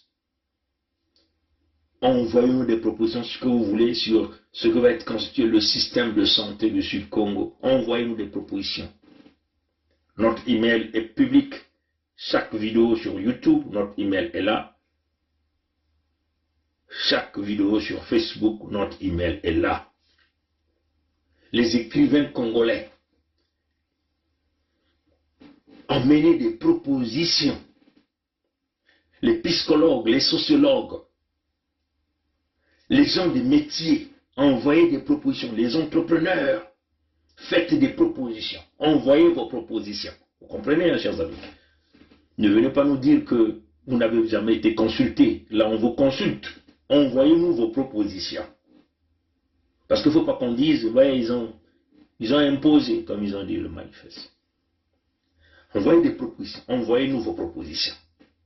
Au cadre dessus, les administrateurs qui sont encore là, qui ont encore le souci, les économistes du Sud-Congo, envoyez-nous vos propositions sur ce que vous voulez, comment va être structurée l'économie du Sud-Congo. Comme ça va nous permettre de bien structurer et de le présenter à l'ensemble. Parce que nous ne pouvons plus jamais reculer. Hein? Nous ne pouvons plus jamais reculer. Les Moshi et les Nordistes nous ont montré leurs limites. Ils ne veulent pas. Ils veulent rester là. Vous dominer, vous piétiner, prendre ce qui vous appartient et vous exterminer sur vos terres. Donc la cohabitation est devenue impossible. Pour nous, il faut se battre pour protéger toutes nos terres. Protéger le minimum, ce qui nous reste, parce qu'il n'y a plus assez de ressources naturelles qui nous restent. Il faut que nous protégions ce qui nous reste. Il faut que nous protégions notre peuple. Il faut que nous protégions les terres. On ne peut pas accepter que nos terres à nous puissent être récupérées par des gens. Non, pas du tout. Comprenez ça, cela. Donc, j'appelle à tous les corps des métiers, militaires, civils, des administrateurs, les savants congolais, les savants du Sud-Congo, les savants. On vous lance un appel, envoyez-nous vos propositions. Tout ce qui se trouve dans votre cerveau, écrivez, écrivez. Nous savons que parmi vous, il y a ceux qui détiennent beaucoup d'énergie, beaucoup de force, une vision. Envoyez, écrivez votre vision, envoyez-nous votre vision. Nous appelons aux avocats du Sud-Congo. Les avocats du Sud-Congo. Envoyez-nous la structure, la forme de ce que vous voulez, comment va être la justice. Envoyez-nous la structure sur ce que vous proposez pour s'attaquer à tous ceux qui ont pillé le Sud-Congo. Oui, c'est cela, chers amis. Contribuons tous. Les terres, nous ne pouvons, on vous le dit, nos enfants, nos petits-enfants ne nous pardonneront jamais. Si nous laissons que ces Moshi-là prennent toutes les terres du Sud, que nous soyons désormais des esclaves. Vous voyez, même moi qui suis ici, mes enfants me disent, mais quand est-ce qu'on va aller au Congo? Ils veulent aller voir le Congo. Mais comment vont-ils aller voir le Congo, mes chers amis? Mais ça, c'est grave. L'Occident est en train de s'auto-détruire. L'avenir se retrouve chez nous, sur nos terres à nous. C'est là où nous devons bâtir. Ils ont conçu chez eux, nous avons vécu ici, nous avons vu comment ça fonctionne. On peut faire la transposition mathématique. Là même aussi chez nous. Tout est possible. Mais les Mochis le font avec l'argent de nos ressources naturelles, chers amis. Vous comprenez ça? Avec l'argent de nos ressources naturelles. Nitou vous a monté des vidéos sur la vie de Oyo. Comprenez ça, chers amis? C'est une haine. Les Lissouba l'ont dit. Les Mongunga l'ont dit. Les Kolela Bernard l'ont dit. Les Jean-Pierre Tister Tikaya l'ont dit. Ces gens-là, ils ne savent que tuer les autres. Ils ne savent que voler. Ils ne savent que dominer. Comprenez ça, chers amis? Ça, c'est les témoignages, la parole qui sort de la bouche des anciens présidents, des hommes politiques de cette époque-là. Ceux qui ont vécu l'expérience politique avec ces individus ont dit, ils ne savent que tuer. Non, la cohabitation est devenue impossible, mes chers amis. Nous préparons une véritable paix de plus de 100 ans au Sud-Congo, mais nous devons aussi nous préparer à une guerre pour garantir cette paix. L'Europe a fait la Deuxième Guerre mondiale, hein, chers amis. Hein? C'est pour garantir la paix d'aujourd'hui. Hein? C'est ça, non? C'est pour garantir la paix d'aujourd'hui. Certains nous parlent du panafricanisme. Mais ce n'est pas ça le panafricanisme, de venir envahir les autres, de venir prendre ce qui appartient aux autres, de venir piller ce qui appartient aux autres. Certains nous parlent que, bon, oui, nous sommes à l'heure de l'unification de l'Afrique, mais l'unification de l'Afrique ne peut pas se faire de cette façon où vous avez des clans, des individus qui pillent les ressources naturelles des autres, qui volent tous les autres, qui viennent arracher même les terres des autres. Ce n'est pas ça l'unification de l'Afrique. Les Kwame Nkrumah, les Lumumba, quand ils parlaient de ça, les Thomas Sankara, ils ne disaient pas de ça, que les gens vont prendre les armes pour venir coloniser les autres. C'est-à-dire que vous préférez maintenir les intérêts des Occidentaux au détriment de vos propres semblables. Ce n'est pas ça ce qu'ils disaient. Comprenez ça, cher Ruben. Ce n'est pas ce que les Thomas Sankara disaient. Ce n'est pas ce que les Lumumba disaient. C'est ce que le Kwame Nkrumah disait. Que vous vous transformez, vous devenez les boys, vous devenez les boys, vous devenez les mercenaires des autres races. C'est-à-dire que vous leur garantissez tout et vous avez des miettes et en contrepartie, vous opprimez vos propres peuples. Ce n'est pas ce qu'eux disaient, chers amis. Ce n'est pas ça le panafricanisme. Ce n'est pas ça l'unité de l'Afrique. Même les panafricanistes le disent là. Hein? Comprenez ça, chers amis? Donc, mes très chers frères et sœurs, celui qui veut la paix prépare la guerre. Nous préparons une paix de plus de 100 ans. Hein. Dans les accords, le manifeste que nous avons rédigé à cette époque, nous étions en train de proposer la paix de 100 ans, la paix minimum 100 ans. Mais pour préparer cette paix-là, il faut aussi préparer la guerre. Parce que les Mochis ne vont pas simplement quitter nos terres comme ça. Ils se sont implantés, ils sont en train de changer des stratégies militaires, des stratégies, on vous avait dit dans les jours passés, le Mochi a reçu ses alliés militaires, miliciens, Koro Mochi, pour faire allégeance.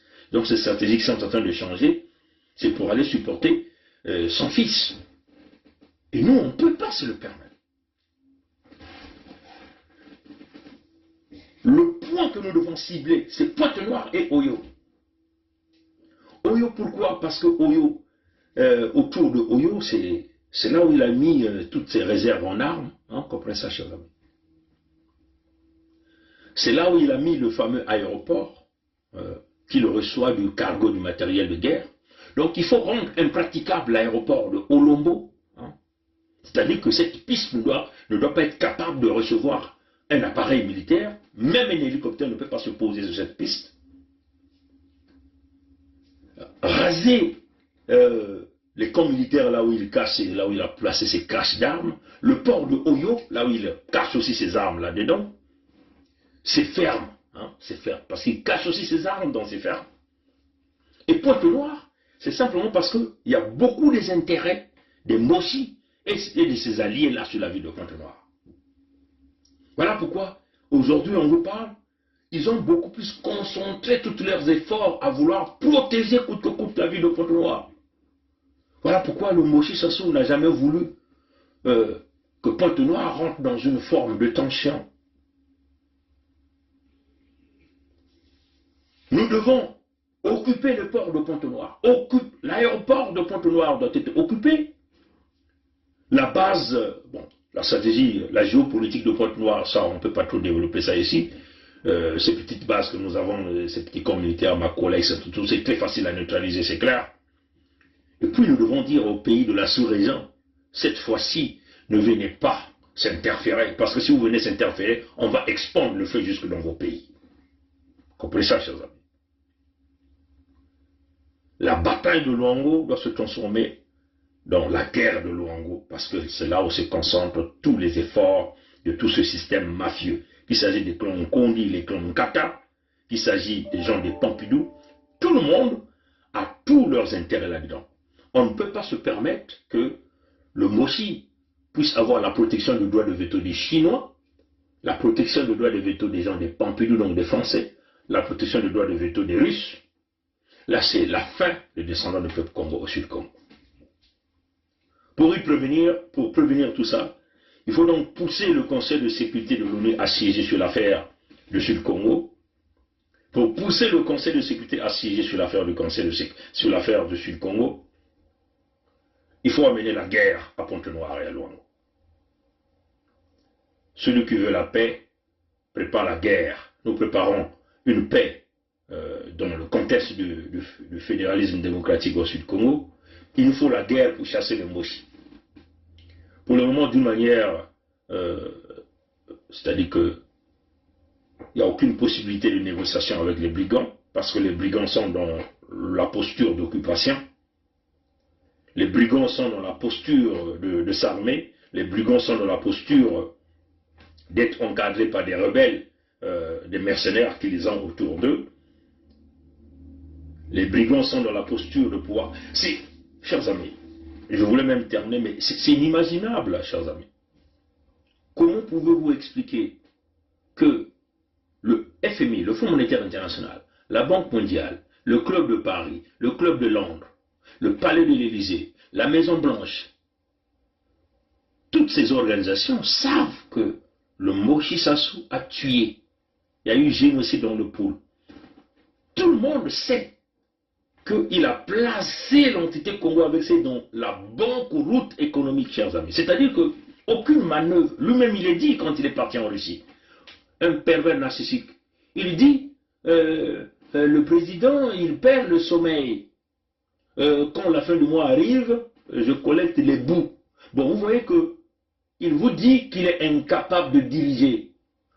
Les parents qui sont restés au pays, et il y a des moments, le président, chaque fin de mois, il perd le sommeil pour voir comment rassembler quelques bouts, payer quelques salaires de fonction publique.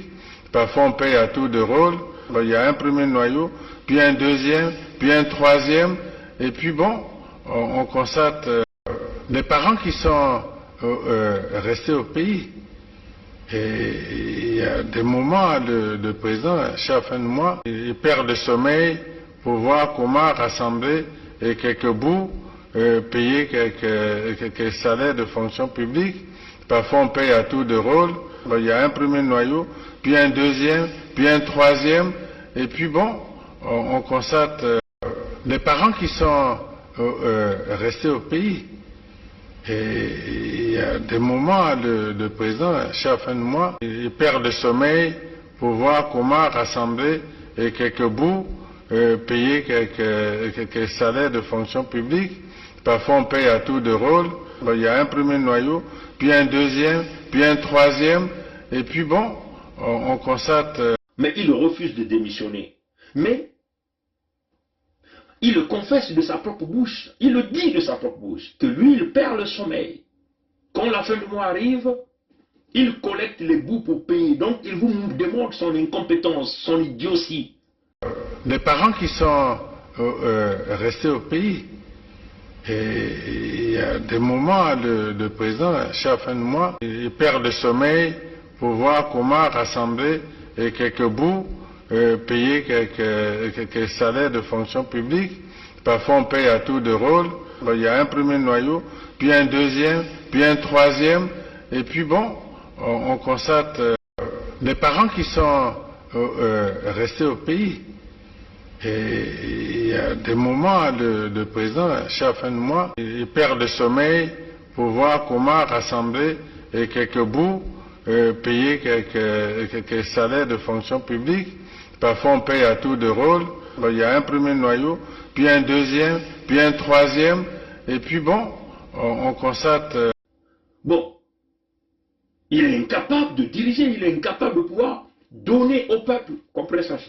Mais il est là, il est maintenu là. Il est reçu par, sur les tapis rouges par, entre guillemets, les politiciens européens, comprenez ça. Et il est reçu sur les tapis rouges par, entre guillemets, le président français. C'est inimaginable, chers amis. C'est inimaginable. Et vous, en tant que peuple conscient et sérieux, en tant qu'intellectuel, écrivain, vous écrivez des grands livres, des grands romans, vous passez sur tous les médias, vous faites des grands discours devant les grands politiques de ce monde.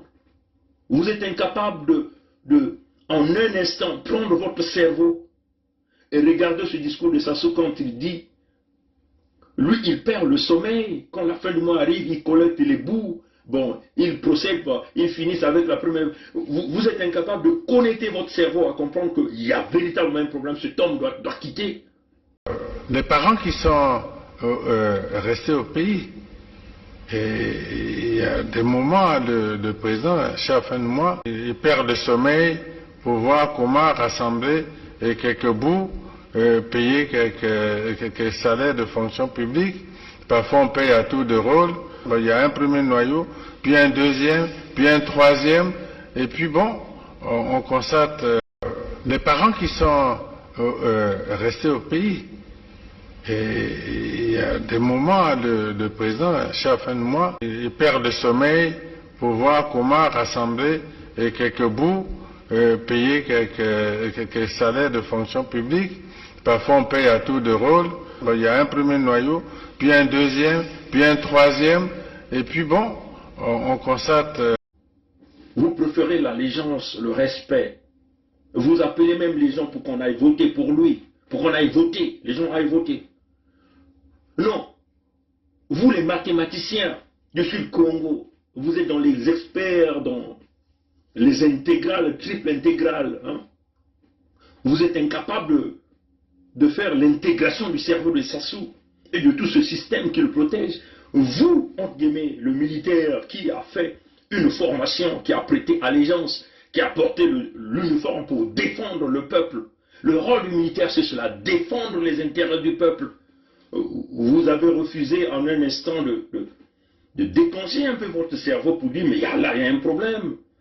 Un individu a mené la banqueroute économique d'un quelconque pays, donc incapable de pouvoir assurer le paiement ni des salaires, ni des gens qui ont contribué pour percevoir leurs fonctions, ni ces jeunes-là qui, ça fait partie de leur droit de bénéficier de cette bourse pour aller étudier, pour un jour revenir, mettre leur savoir à la disposition de ce fameux pays, chers amis. En un instant, vous êtes incapable de pouvoir diligenter un petit clic dans votre tête pour dire non, là il y a un problème là.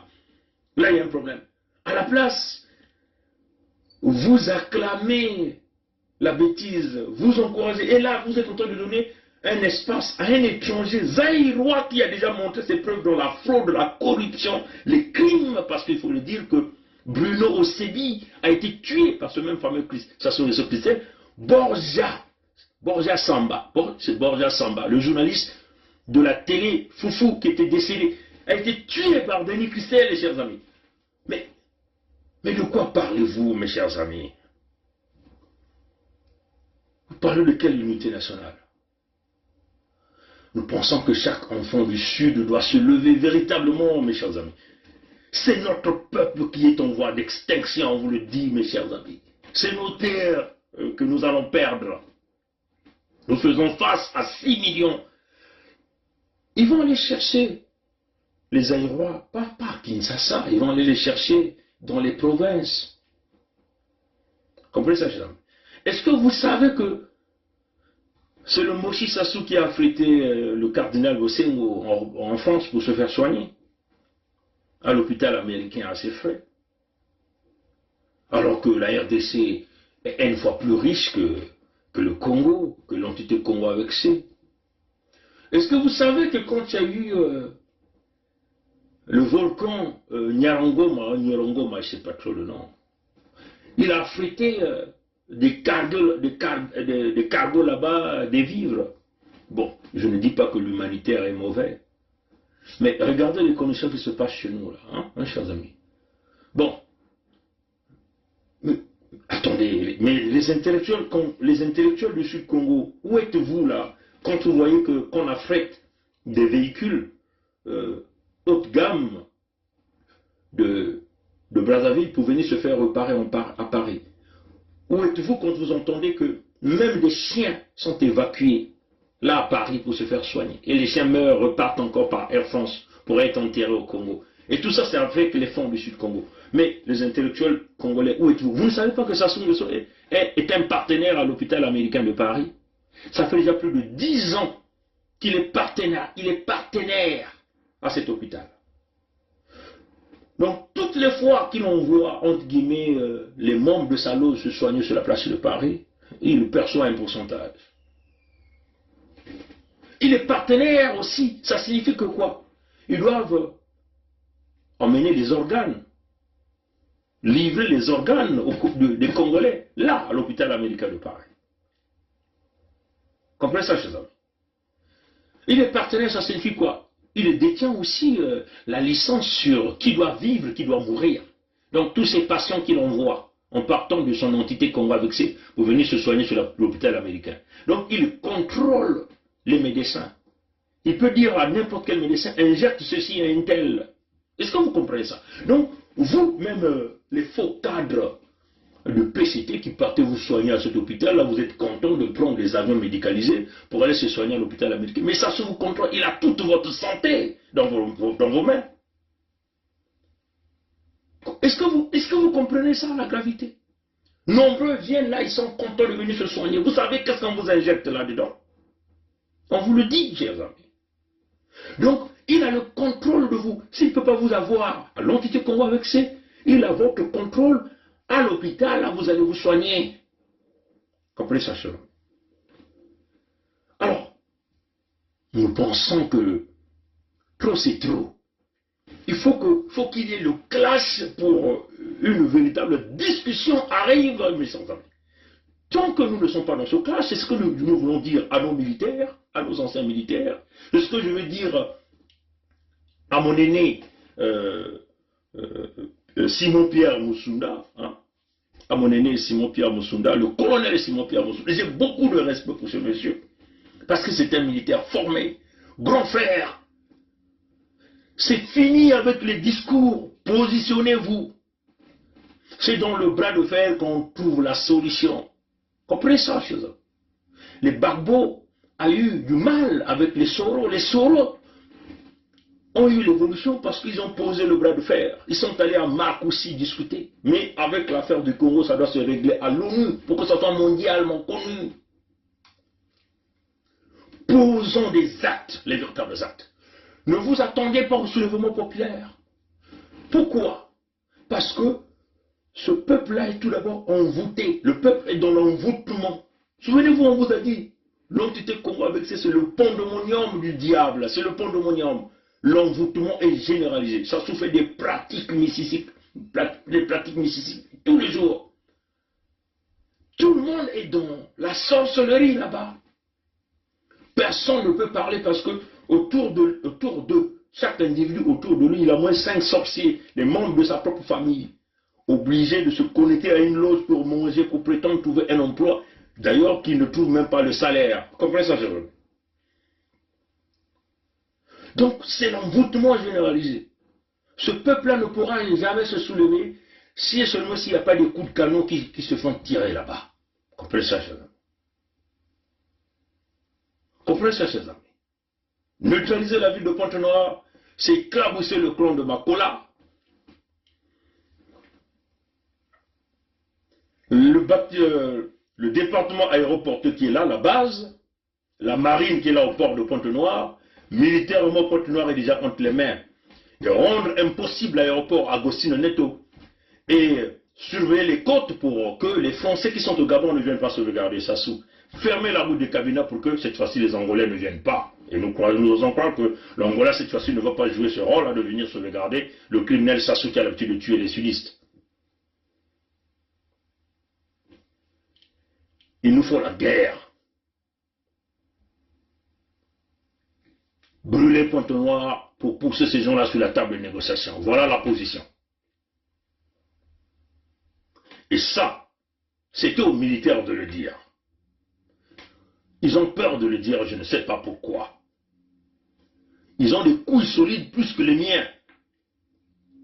Plus que les miennes. Mais, ils ont préféré fermer la bouche, pensant recevoir une ouverture de fenêtre par les Français. La France n'est pas le bon pays pour nous. Nous sommes dans cette merde-là. La France pérennise notre souffrance. La France veut nous exterminer, nous, de son nom Congo, là même, là au Sud-Congo. C'est cela qui est la vérité. Et Macron, Emmanuel, c'est voilà pourquoi nous avons coupé avec la France, en mettant terme aux accords ancestraux signés par nos grands-parents. Il ne faut pas dire que nos grands-parents l'ont signé. Nos grands-parents ne parlaient même pas leur langue qu'ils ont imposée à nos grands-parents. Les terres de Luango sont devenues les terres souveraines depuis le 7 juin 2020. Les terres du Poul, Ontoto-Miampangala, la Bouenza, le Koumou, le Niadi. Ces terres-là sont devenues souveraines depuis le 21 mars 2021. Macron est bien informé, les Français sont bien informés. Voilà pourquoi ils ont envoyé toutes les équipes à Luango, la bataille de Luango. Imaginable, c'est inimaginable, chers amis.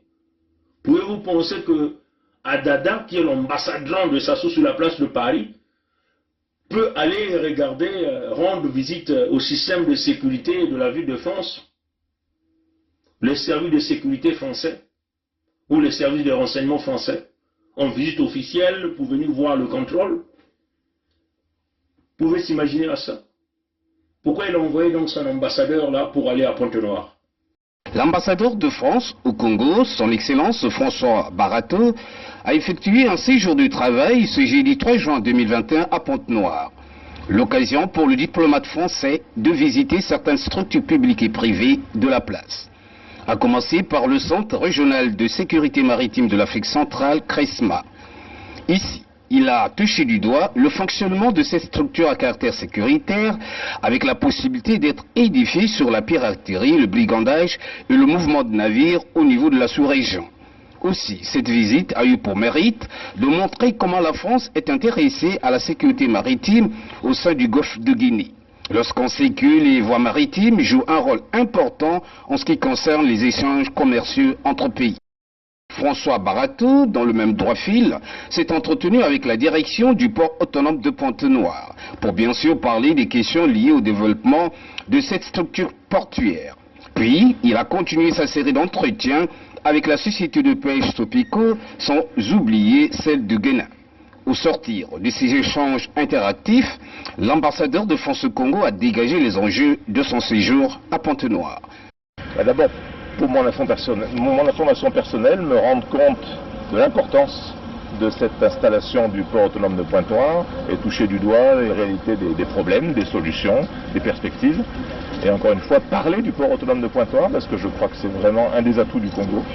Donc, comment dirais-je, tout ce qu'on peut dire d'intéressant sur ce port, qui est un site unique sur toute la région, avec son port en eau profonde, cet axe de transport stratégique qui va jusque dans l'Interland d'Afrique centrale, c'est vraiment un atout fondamental pour le Congo. Donc je souhaitais rendre compte de cette importance-là avec différents acteurs. Vous avez parlé des militaires plutôt pour la sécurité, des institutionnels qui gèrent le port, des producteurs, des pêcheurs, des gens qui traitent les produits de la mer. Que cette activité a obéi à une logique, c'est de prouver que la France, partenaire incontournable, est bel et bien présente au Congo-Brazzaville avec le souci de soutenir certains secteurs à la recherche de leur identité. L'ambassadeur français pour aller à Pointe-Noire, allez voir le système de contrôle de sécurité de la ville de Pointe-Noire. Vous ne comprenez pas ça? Il faut que nos jeunes comprennent bien la dimension de cette lutte. Parce que c'est cela, nous aurons besoin de nos jeunes pour y arriver. Il faut que ce soit des jeunes conscients, sérieux, dynamiques pour avancer. Oui, c'est notre rôle à tous de se lancer dans cet état d'esprit. On est en face des criminels, on est en face des terroristes. Il faut adopter un comportement dur de correction.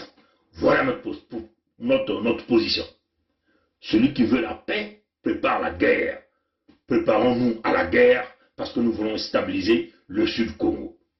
À bon entendeur, salut, la lutte continue, le peuple gagne toujours. Ingeta. C'est notre pays à nous tous. On ne peut pas prendre seulement les gens, le même parti et les autres. Mais il y a une chose, que je vais vous parler, une chose. Le Congolais n'a jamais voulu les guerres. Le Congolais lui-même, il ne veut pas la guerre. Ceux qui aiment la guerre, je te dis maintenant, c'est le PCT. Le président avait 2 mandats. Pourquoi lui, il veut prendre 3? Le Congolais n'a jamais voulu les guerres. Le Congolais lui-même, il ne veut pas la guerre. Ceux qui aiment la guerre, je te dis maintenant, c'est le PCT. Le président avait 2 mandats. Pourquoi lui, il veut prendre 3? Peut nous aider. Quand on est engagé, la peur s'estompe. Quand on n'est pas engagé, la peur occupe le lieu qui devait être rempli par l'engagement.